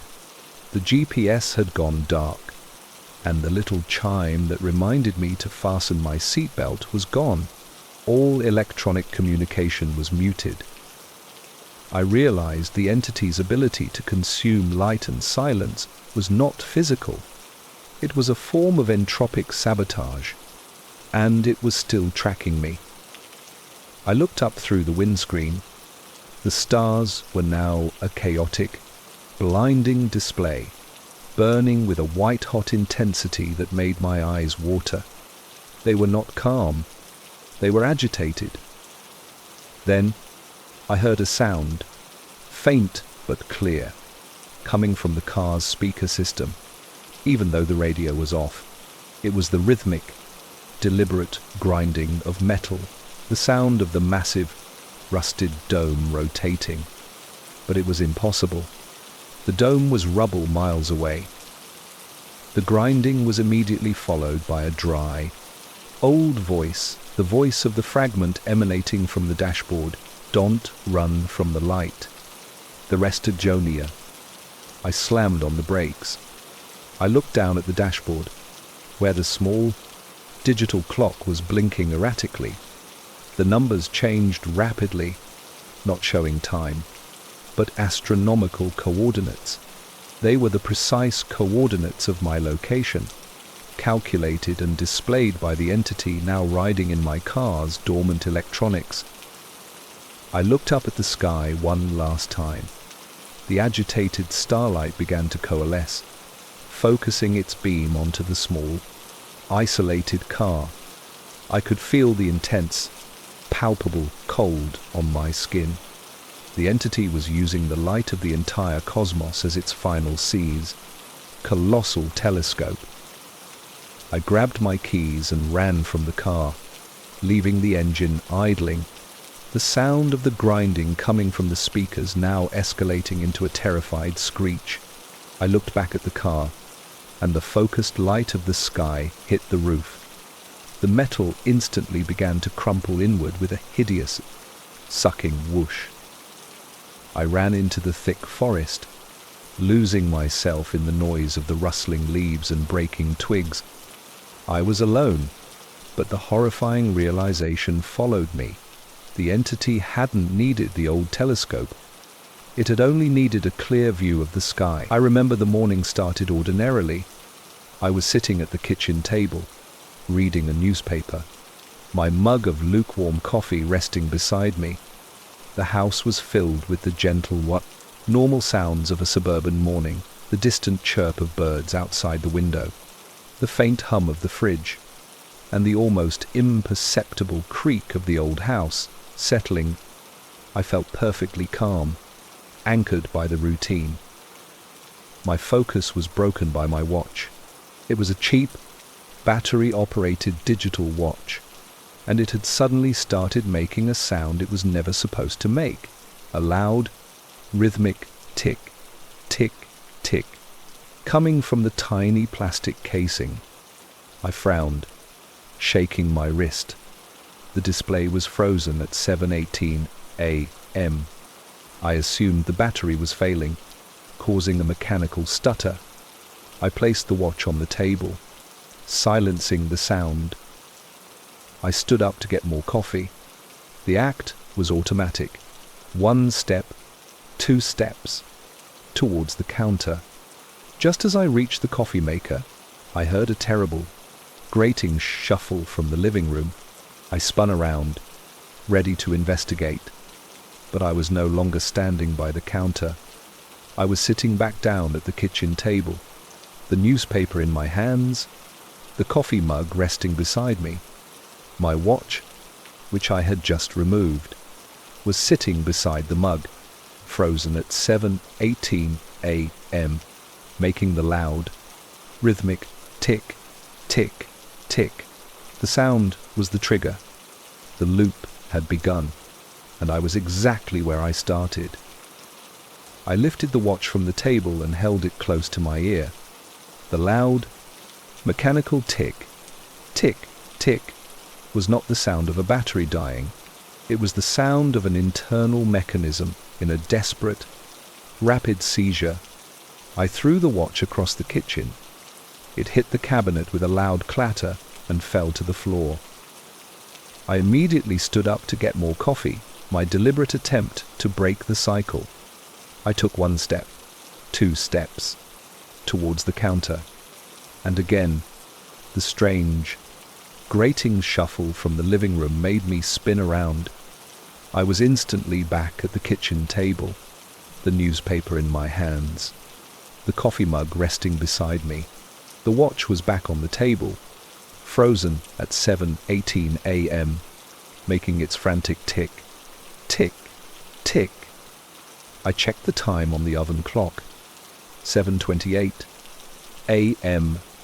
A 10-minute window had just passed, yet I had experienced less than 10 seconds of continuous reality. I tried again, focusing all my will. I picked up the paper, ripped it in half with a loud T-E-R, and threw the pieces on the floor.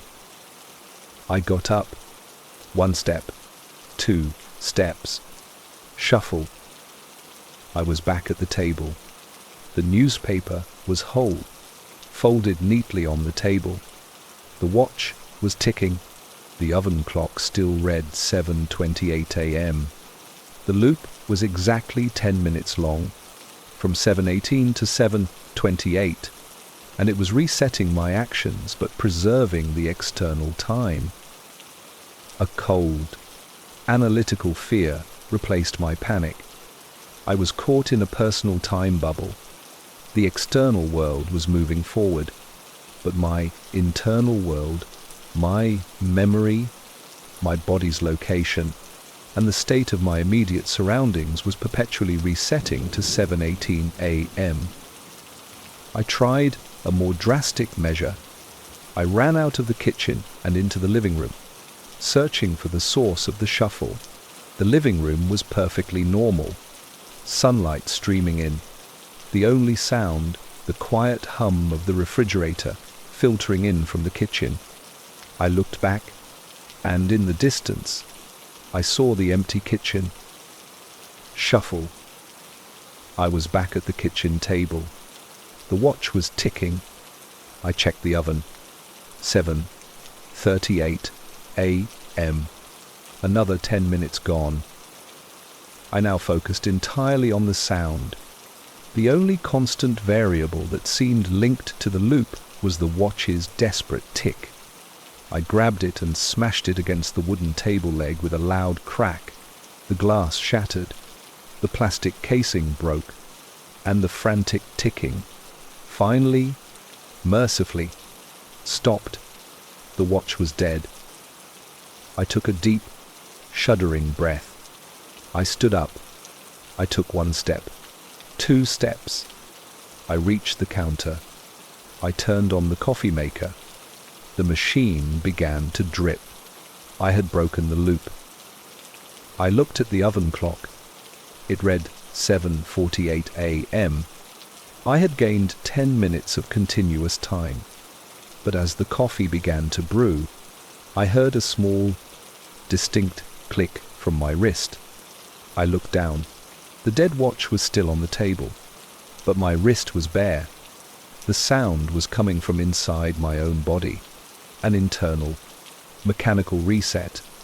I had destroyed the watch, but the time loop was using my own internal clock to keep the cycle going.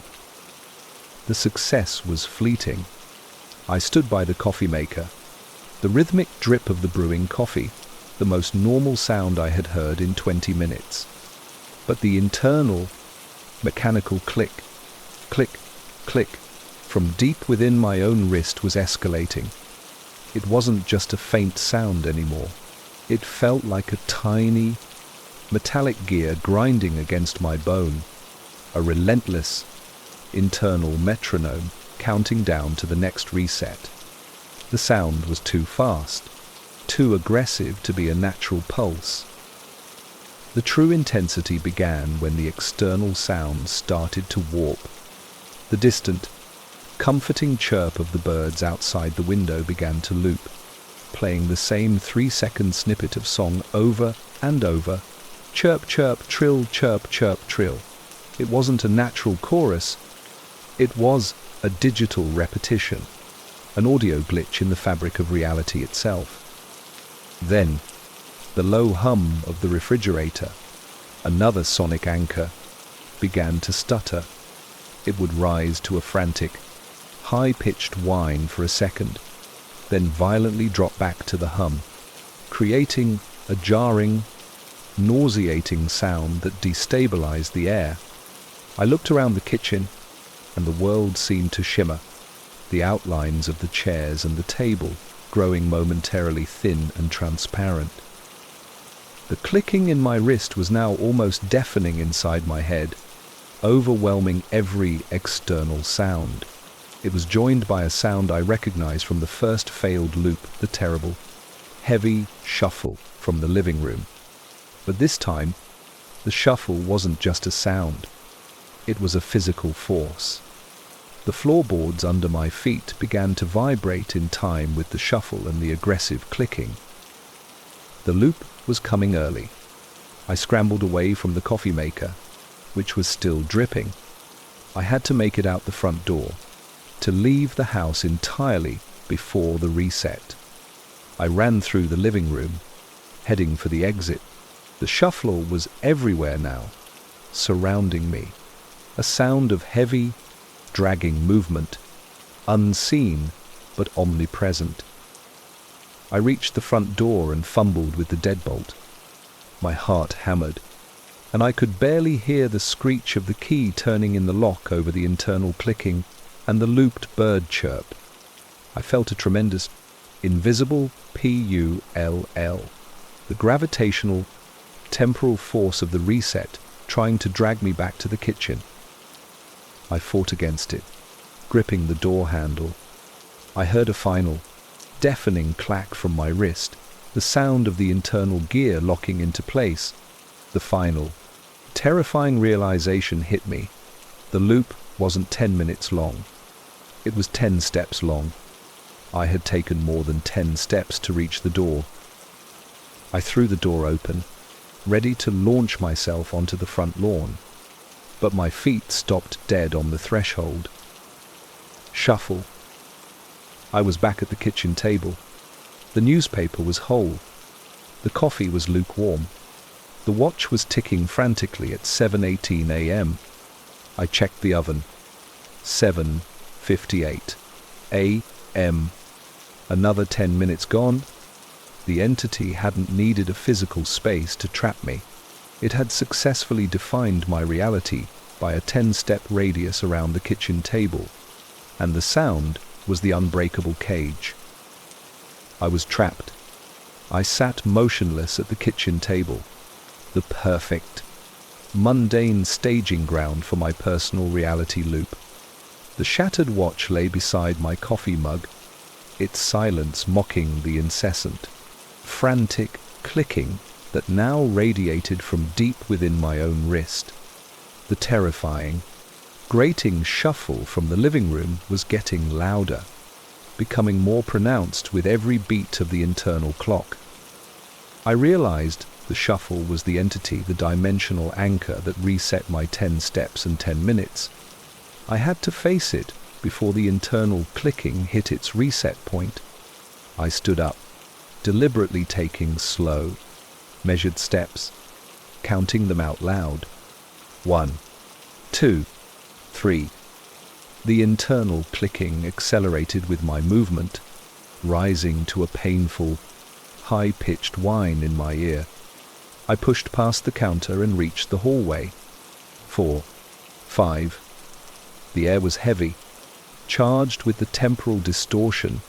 I could see the edges of the room shimmering, the light pulsing slightly in time with the whine. I stepped into the living room. 6. The shuffling sound was deafening now, originating from the far corner of the room, near the darkened television set. It wasn't the sound of an animal or a person.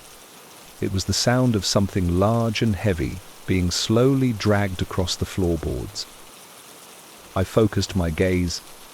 There was no creature, no intruder, but the air in that corner was visibly distorted. like staring at a heat haze over pavement, but cold. The distortion was the exact shape of a doorway, a perfectly vertical rectangle of shimmering, a fractured light, entirely silent save for the intense, rhythmic shuffle coming from inside it. This was the confrontation, a hole in reality that was actively pulling the floorboards toward it. I saw the carpet near the shimmering rectangle being stretched and tearing, the sound of the friction, adding a dry, coarse RRRIP to the shuffle. I took the 7th step. 7. The internal clicking in my wrist went completely silent, replaced by a deep, hollow gong that resonated through my entire body. I knew this was the final countdown. I took the 8th step, moving closer to the anomaly. 8. The shimmering doorway intensified, and from its absolute, internal darkness, a sound emerged that was not a shuffle, but a word. It was a cold, dry whisper, utterly without tone, a language that only time itself could speak. Stay.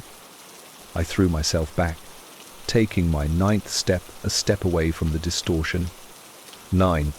The sheer force of the time pull was incredible, trying to slingshot me back to the table.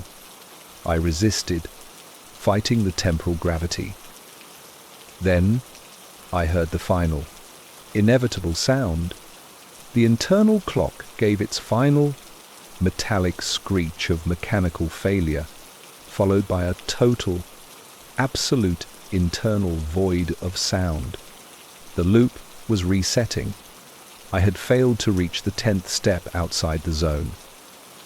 Shuffle. I was back at the kitchen table. The newspaper was whole. The coffee was lukewarm. The watch was ticking frantically at 7:18 a.m. I checked the oven. 8:08 a.m. Another 10 minutes gone. I had faced the doorway to the anomaly and lost the fight against the temporal anchor. The loop was stronger than my will, and the 10-step boundary was unbreakable. I was back at the kitchen table. The watch was ticking frantically at 7:18 a.m., and the oven clock now read 8:88 a.m. I was trapped in a 10-minute temporal prison, repeatedly being pulled back by the grating shuffle and the internal clicking. Panic was useless. I needed observation. I sat there and allowed the loop to play out. I heard the normal sounds return, the distant chirp of the birds, the hum of the fridge. But I noticed the sounds were not just looping, they were fading. With each subsequent loop, the audio snippets were duller, thinner, and less defined, as if the reality around me was running out of battery power.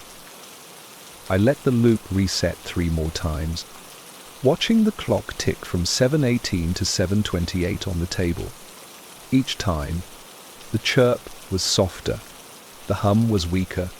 On the 3rd loop, 8:38 a.m. on the oven clock, the fridge hum was completely gone, replaced by a low, fuzzy static, the sound of an electrical connection that was slowly disintegrating. I realized the entity, the temporal anchor, was using the energy of the time I spent trapped. The loop was not just resetting me, it was consuming the surrounding reality to maintain the cycle. If I stayed still, the world would fade into a silent void, and the loop would become eternal. I needed to act. The only constant, active sound was the internal clicking in my wrist and the external ticking of the watch. I focused on the watch.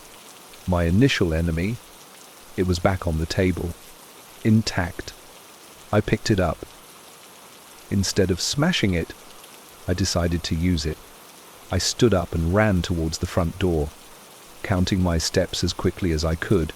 1, 2, 3. The internal clicking went into a desperate, high-pitched tramp. trying to pull me back. I ignored the terrifying shuffle that erupted from the living room. I reached the front door on step 9. I stopped, standing right on the threshold, resisting the urge to take the 10th, fatal step outside. I forced myself to pause. The time pull was immense, but I was just shy of the 10-step boundary. I had gained a moment of continuous reality, a false relief. The shuffle was right behind me, violent and close. The entity was demanding the reset. I looked at the watch in my hand. It was ticking frantically, the display still frozen at 7:18. I took the watch and shoved it violently under the front door, pushing it until the entire casing was crushed and wedged in the small gap between the door and the frame. The final, high-pitched screech of the watch's internal mechanism being destroyed was loud and agonizing. The shuffling instantly stopped. The immense temporal pull vanished. The internal clicking in my wrist was silenced, replaced by a sudden, blissful void of sound. The birds, the hum, the silence, everything was still, anchored. I had sacrificed the watch and held myself at the perfect boundary. I had broken the mechanism that tied me to the 10-step radius. I was free of the loop. The temporary silence was glorious, but I knew the source of the anomaly, the shimmering doorway, was still active, and its anchor was searching for a new clock. The sudden silence after the watch was crushed was immense. I stood on the threshold, basking in the glorious absence of the ticking and the internal clicking. The external reality was stable. The birds outside were now singing a continuous, unlooped song, and the hum of the distant city traffic was a constant, comforting drone. I had broken the time loop's mechanism. I moved into the living room, my body feeling heavy and real. I had to face the source of the anomaly, the shimmering, fractured doorway of light in the corner. It was still there, a vertical rectangle of distortion, completely silent now that its anchor was gone. I approached it cautiously. As I neared the doorway, the sound returned, but this time it was different. It was not a shuffle or a click. It was a single, immense, low-frequency rumble, coming from inside the house's foundation, a sound of profound structural agony. The entire house began to shake. The sound, like the groan of a colossal lion, awakening giant. I looked at the shimmering doorway. It wasn't pulling the carpet anymore. It was expanding, the fractured light stretching and growing taller, wider, threatening to engulf the entire room. The sheer rumble was joined by a sound of immense suction from the doorway, the sound of the anomaly desperately trying to pull air, light, and mass into its silent void. I realized the loop was not the creature. The loop was the creature's containment. By destroying the anchor, I had set the temporal anomaly free, and it was consuming reality exponentially. I had to get out of the house, out of its immediate sphere of influence. I spun around and bolted for the back door, heading for the garden. The suction was palpable, pulling at my clothes, slowing my run. I could hear the walls of the living room beginning to creak and tear under the immense temporal strain. I burst into the kitchen, grabbing the car keys from the hook. The final, terrifying sounds erupted as I reached the door. With a deafening, wet split, the shimmering doorway violently fractured the living room wall. Simultaneously, the low rumble climaxed, and the kitchen clock, the one that had marked the passing of external time, exploded with a bright, silent flash, followed by a shower of fragmented glass and metal. I threw open the back door and sprinted onto the lawn, I looked back and saw the terrifying spectacle. The house wasn't collapsing. It was disintegrating, the walls and roof warping and stretching toward the fractured rectangle of light, being pulled and consumed by the temporal void. The sound was a final, drawn-out screech of tearing metal and wood being shredded by unseen forces. I reached the car, fumbling with the lock. I jumped in, started the engine, a glorious, loud roar of escape, and reversed violently onto the street. I didn't slow down until I was 3 full blocks away. I pulled over, my hands shaking violently on the wheel, and looked back at my house. It was still there, perfectly normal. Sunlight streaming, the curtains gently swaying. The hum of the fridge was even faintly audible. My relief lasted a single second. I looked at the dashboard clock. It read 7:18 a.m. I reached for the rear-view mirror to adjust it, and in the reflection, I saw the shattered watch, lying next to the lukewarm coffee mug on my kitchen table. And then, I heard it, the soft, rhythmic, unmistakable sound of the mechanical reset. Tick, tick, tick. It wasn't coming from the car. It was coming from the speaker of the digital phone in my pocket. I slowly pulled it out. The screen was black, but the ticking was clearly audible, and the time displayed on the lock screen was 7:18 a.m. I had escaped the house and the 10-step radius, but the temporal anomaly had used my last moment of reality to transfer the anchor, using my mobile device as the new, portable clock. I gripped the steering wheel, staring at the black screen of my phone, the soft, rhythmic tick, tick, tick, coming from it, a confirmation of my doom. I was still outside the house, but the temporal anomaly had anchored itself to my only connection to the future, my mobile phone. I threw the phone violently out the car window. It hit the tarmac with a loud smash and slid into the gutter.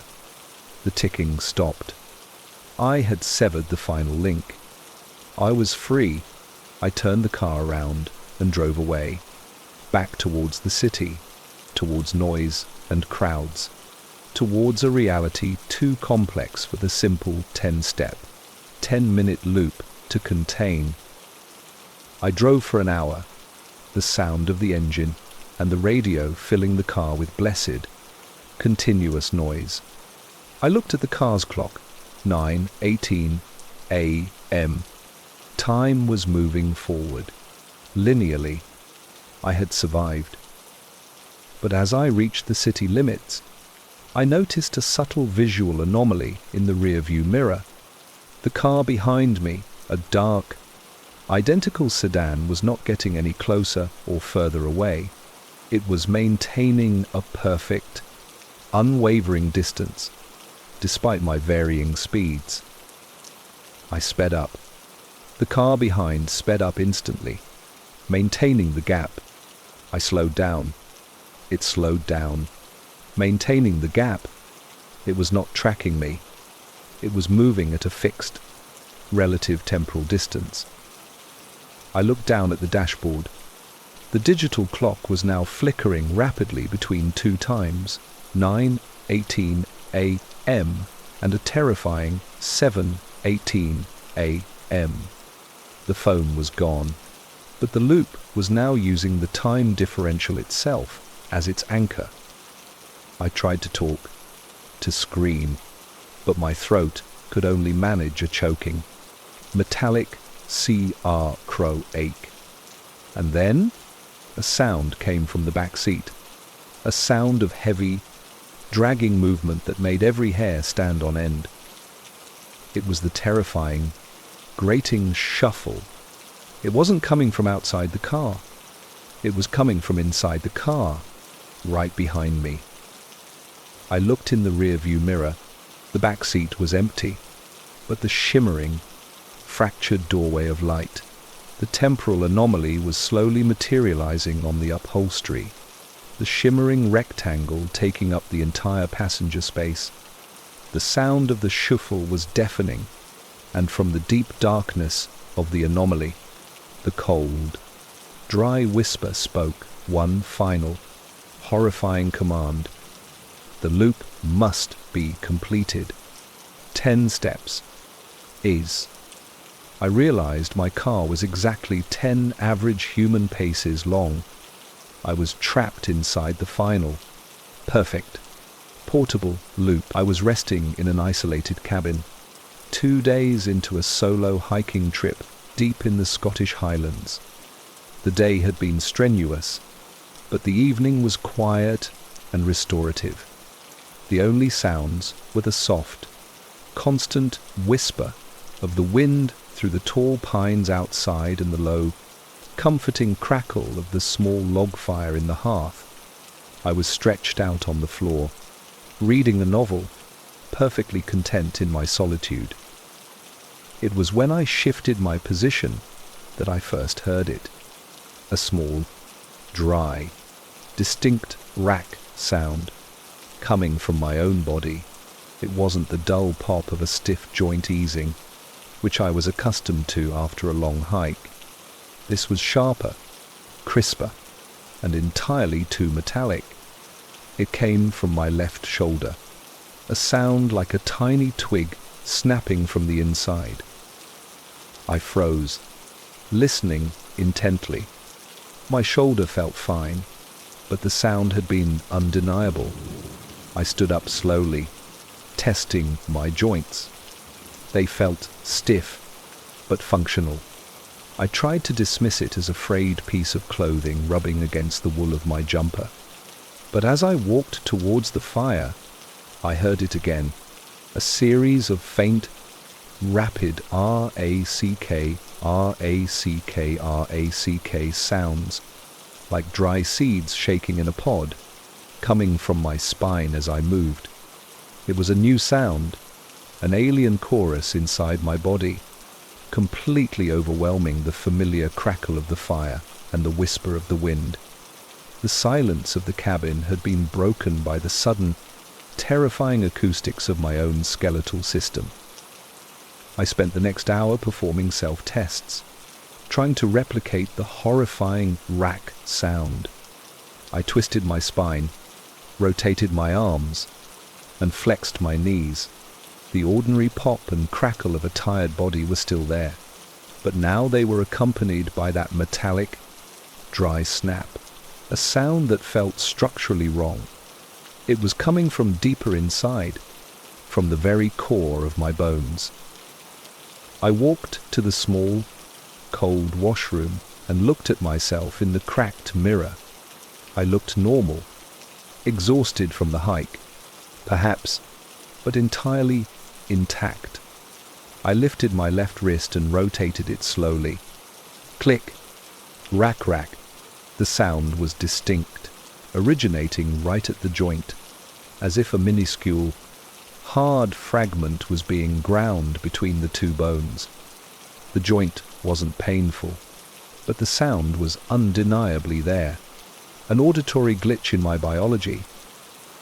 I remembered the hike that day. I had taken a detour through a notoriously swampy, rarely used section of the moor, where the ground was black, oily peat. I had slipped and fallen, getting mud everywhere, but had shrugged it off as a harmless tumble. Could some foreign spore or organic matter have entered my system through a small cut? I stripped off my soaked hiking trousers and examined my legs. They were covered in minor scratches and mud stains. On my left calf, just above the ankle, there was a small, deep puncture wound. A clean, tiny hole that looked like a needle prick. Still weeping, a clear, yellowish fluid. It was so small I hadn't noticed it before. As I cleaned the wound, I heard the sound again, but this time it wasn't a rack. It was a soft, wet esquish, coming from inside the injured calf muscle. I pressed my fingers gently around the puncture. There was no pain, but I could feel a strange, gritty resistance under the skin, like sand inside the muscle tissue. I returned to the fireplace, shivering despite the heat. The low crackle of the fire and the whisper of the wind outside were now fighting a losing battle against the sounds of my own internal disintegration. I sat on the floor, listening intently. The rack sounds were spreading, moving up from my ankle to my knee, and then to my hip. They were faster when I was still, a continuous, rapid rattling sound, like dice being shaken inside a leather cup. My initial panic gave way to a cold, scientific curiosity. The thing wasn't attacking my skin or organs. It was attacking my structure.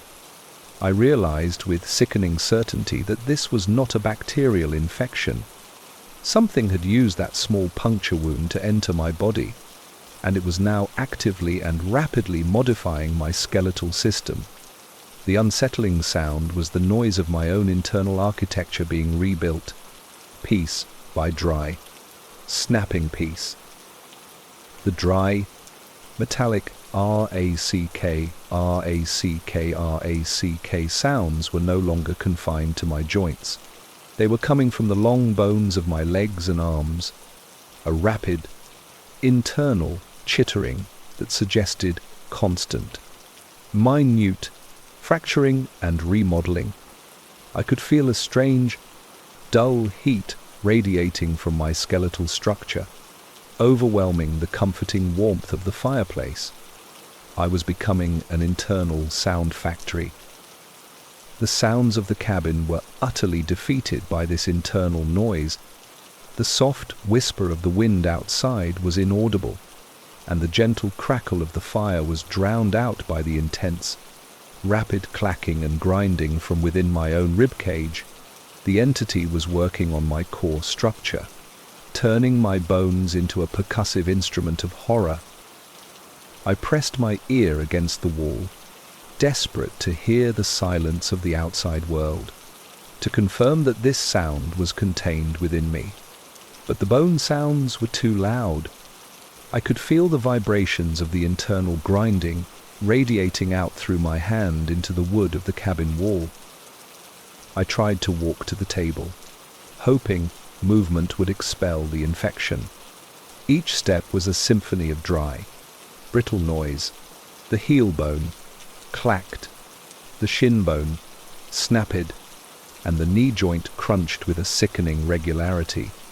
I stumbled, and as I caught myself, I heard a terrible, long screech, the sound of my hip socket grinding bone on bone without cartilage. There was no pain, but the sound was excruciatingly loud. The loss of pain was the most terrifying thing of all. The infection was modifying my body faster than my nerves could send signals of agony. I reached the table and grabbed a heavy antique magnifying glass. I brought it to my left hand, which was now vibrating slightly. Under magnification, I saw the true extent of the horror. My fingers looked normal, but inside, beneath the skin, the knuckles were not smoothly curved. They were sharp, pointed, and faceted, like meticulously cut fragments of quartz or ceramic. The clicking wasn't bone on bone. It was the sound of these unnatural, sharpened components locking and unlocking. The entity wasn't dissolving my bones. It was sharpening them. I dropped the magnifying glass with a clatter and backed away. The metallic, racking sounds in my limbs intensified, escalating into a continuous, high-speed rat from my hands and feet. The chittering was faster than anything a normal human body could produce, a sound of aggressive, uncontrolled growth. And then I heard a new sound, the most terrifying of all. It was a faint, cold hiss coming from my own mouth. I tried to close my jaw, But I couldn't. I could feel my teeth, the toughest bones in my body, beginning to grind. The hissing was the sound of my teeth elongating and sharpening into thin, brittle points. I realized with profound, sickening dread the transformation was complete, and the sound I was hearing was the new, terrifying music of my own internal predation. My bones were no longer supporting me. They were becoming weapons. I stumbled backwards from the table, my throat closing as I heard the dry, high-pitched hiss emanating from my own mouth. The grinding and clacking in my hands and feet were relentless, a frantic, aggressive sound of internal construction. The fire's gentle crackle was now a pathetic whisper beneath the terrifying din of my accelerating transformation. I ran to the mirror again, driven by a desperate need for visual confirmation. I forced my jaw open. My teeth were not just sharpening. The enamel was flaking away, and the underlying material was a chalky, pale white, drawn out into brittle, needle-like points. As I watched, two of the upper points snapped audibly with a sound like breaking glass, the fragments falling onto the sink basin. There was no blood, only the dry, metallic tink of the tiny ceramic shards. The infection wasn't just modifying my bones, it was attempting to turn my entire skeletal structure into an exposed, external weapon system. My left hand, the one that had first produced the rack sound, began to curl inwards. I couldn't stop it. The knuckles, now sharp, faceted points, began to grind against each other with a terrifying, rhythmic scrape, scrape, scrape. I heard the subtle tearing of the tendons and ligaments as the bone material stretched and hardened, creating a new, unnatural structure. I looked down at the hand. It was no longer a hand. It was a cluster of moving, calcified spikes. This was the confrontation, not with an external monster, but with the hostile, invading structure that was wearing my body. My nerves were deadened, but my hearing was terrifyingly acute, perceiving every grinding sound of my own breakdown. I had to stop the process. I reached for the only thing that seemed capable of stopping the sound: fire. I lunged back to the hearth, grabbing the heavy, iron poker. My right hand, still relatively normal, gripped the cold metal.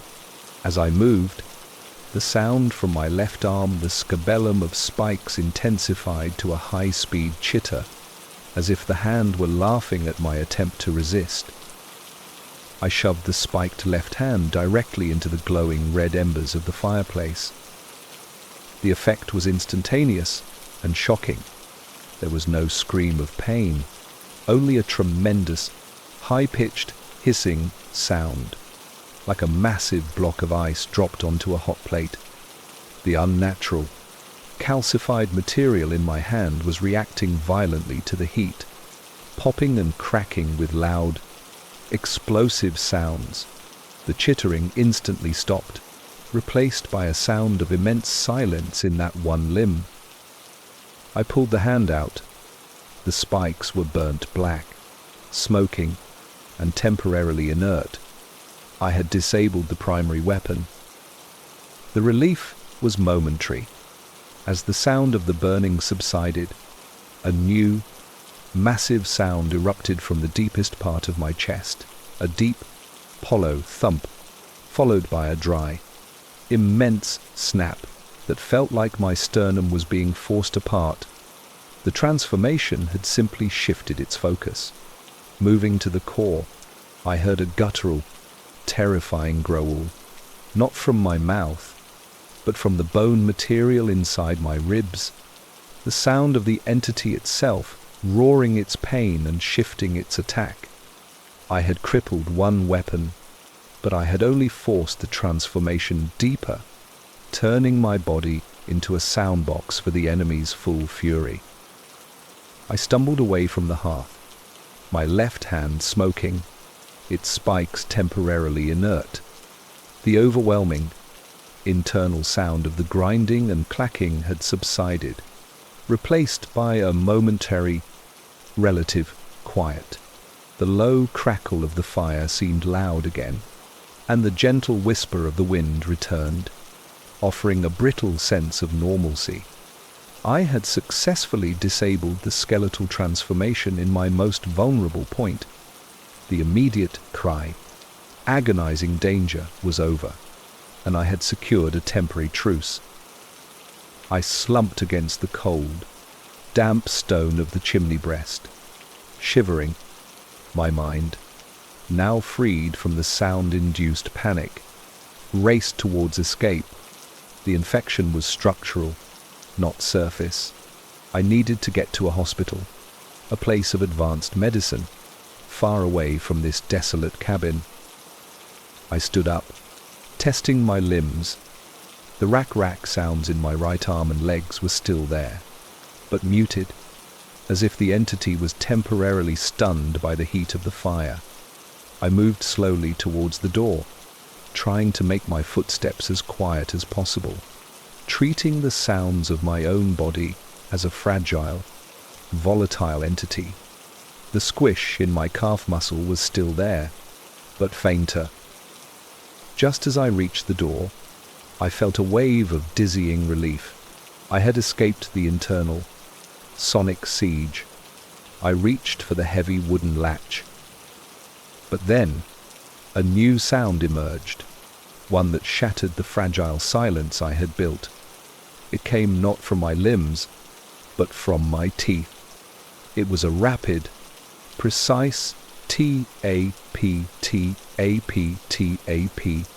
coming from inside my own mouth, like a tiny, aggressive hammer working on a chisel.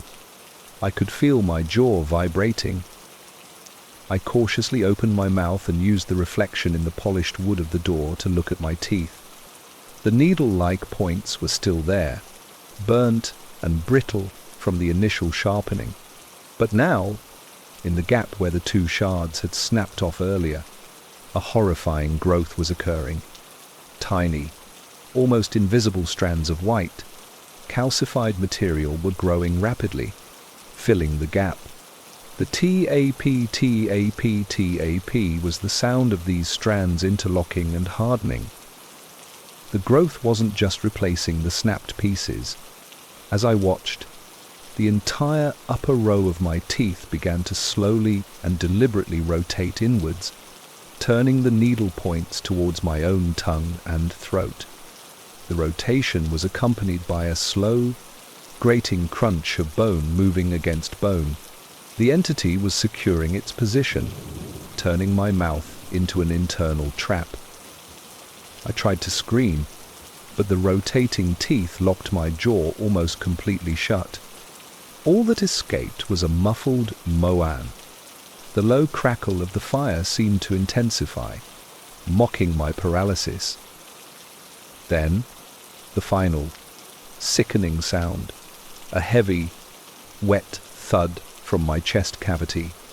It was the sound of the transformation in my ribs completing its work, and immediately following the thud, a cold, dry, guttural click, the sound of the entire rib cage locking into a rigid, defensive cage. From within that cage, a dry, whispering voice seemed to push through the marrow of my bones and into my ear. The structure is perfect. We are complete. Have rays, to my cries. The temporary relief was a profound deception.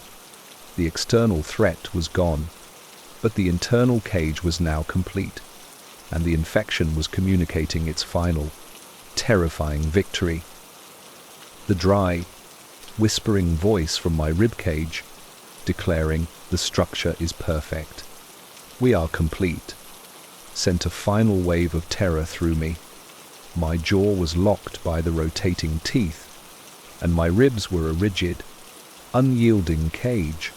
The low crackle of the fire seemed to ignite my remaining consciousness. I knew the internal transformation was complete, and the infection was about to turn me into a vehicle for its own horrific existence. I could no longer scream, but I could still move. I had one remaining advantage, my temporary disability of the internal structure, which had temporarily numbed my pain receptors. I had to use the final, overwhelming sound of destruction to escape. I lunged towards the heaviest object in the room, the cast iron log stove in the corner. I couldn't open my mouth to warn myself, but I could still use my limbs. I gripped the heavy iron poker with my right hand and used the smoking, inert spikes of my left hand to guide me. I threw my entire weight at the stove, aiming to topple it and create a massive fire, the one thing that had shown the power to momentarily stun the transformation. The moment I impacted the stove, the internal transformation reacted violently. My locked rib cage gave a hollow thump, followed by a loud, high-pitched tinking from the rotating teeth. The entity was protesting the external threat. I slammed the poker into the stove leg with immense force. The stove was old and heavy. K rang. K rang. The sound of metal on metal was deafening, a chaotic, non-organic noise that temporarily overwhelmed the internal sounds. The entire stove buckled. With a terrible screech of tearing metal, it tilted, sending the burning logs and ash tumbling onto the dry wooden floor. The fire instantly roared to life, a sudden, blinding burst of heat and sound. I backed away from the sudden inferno. The heat was immense, and the roar of the uncontrolled fire was the final, purifying sound. I watched as the flames began to lick up the wooden walls of the cabin. The sound of the exterior whoosh and crackle was now the dominant, chaotic noise, defeating the methodical internal sounds. The entity inside my body responded. The dry, whispering voice from my chest escalated into a guttural snarl. The R-A-C-K, R-A-C-K, R-A-C-K-I-N-G in my limbs returned with a vengeance, aggressive and rapid, trying to move me away from the overwhelming heat. I could feel my own bone material protesting, but my conscious will kept me rooted, seeking to disable the structure entirely. I fought against the internal urge to flee, pushing myself towards the door. Each step was a battle between my will and the internal, snapping structure. My feet crunched on the scattered, burnt logs, but the internal clacking was louder. I finally reached the door and fumbled with the latch.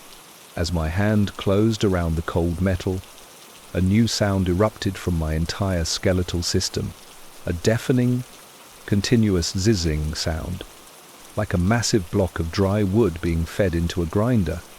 The entity was preparing for its final, forced transformation, trying to tear my body apart before the fire could destroy it.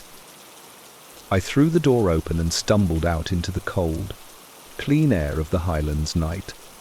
The zizzing sound inside me instantly faded, replaced by the natural night, cold whisper of the wind. I was outside the radius of the fire, outside the influence of the heat. The escape was successful. I turned and looked back at the cabin. The entire structure was engulfed in a massive, roaring inferno. The sounds of the collapsing roof are final. Thunderous crash filled the valley. The internal sound stopped entirely.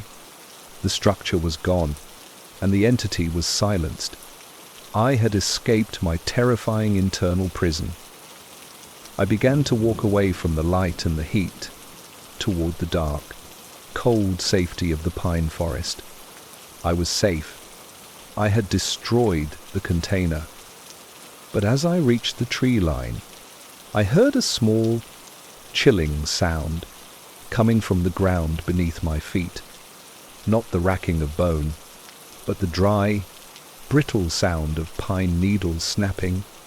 I looked down, and in the faint light of the distant fire, I saw a subtle trail, a line of perfectly formed, tiny, calcified spikes, fallen from my body during the internal transformation, leading away from the fire and into the deep, dark forest. The entity hadn't been destroyed. It had scattered its seed, and the snapping needles were the sound of its new, microscopic movement. I had escaped the cabin, but I had only helped to sow the transformation into the surrounding earth. I walked blindly through the dark, cold forest, the image of the blazing cabin replaced by the horrifying realization the entity had fragmented and escaped into the earth. The constant, dry snap of pine needles under my feet was the sound of its new, spreading structure. I was no longer fighting a being, but an infection of the landscape itself. I reached a small, remote clearing and collapsed onto the mossy ground, finally succumbing to the exhaustion. The air was pure and cold. The only sound, the gentle whisper of the wind through the vast silence of the highlands. I had survived the transformation, but at a terrible cost. My mobility was strained, my jaw was locked, and I could feel the sharp, useless points of my teeth inside my mouth. I pressed my right hand against the soft, cool moss, seeking comfort, and then I heard a sound from the ground beneath me. It wasn't the sound of the wind or the shifting earth. It was a faint, yet distinct rack, rack, rack, coming from deep below the surface. I pulled my hand back and looked down. In the damp moss, a perfect, circular patch about the size of a coin was vibrating slightly, and from that tiny spot, small, brittle, white filaments were slowly pushing up through the soil, growing rapidly, extending their sharp, calcified points toward the air. The growth accelerated, and the racking sound rose to a low, continuous chittering from the earth itself. The growth was not random. It was forming a distinct, terrifying pattern, a dense, microscopic network of interlocking spikes that resembled the crystalline structure I had seen in my own hand. The entity hadn't just escaped. It had found the perfect, inert medium, the cold earth, to complete its final, external transformation. The sound I was hearing was the sound of the ground growing bone. I tried to stand, to run, but my movement was slow and difficult. The racking from the ground was everywhere now, surrounding me. I looked at the dark forest, and in the distance, I saw a subtle, shimmering glint of white, the growing, sharp network catching the distant moonlight. I felt a final, inevitable tink from my own chest, the sound of one last internal rib joint locking into place, and from the very marrow of my now perfect structure, the dry, cold, whispering voice spoke a final, chilling statement. Rest now. The soil is fertile. I did ache. I stared at the ground, watching the sharp, white filaments reach for my ankles, the sound of the earth's new bone structure closing in. Thank you for listening. If you enjoyed this, please support by liking and subscribing. Rest well until the next story finds you.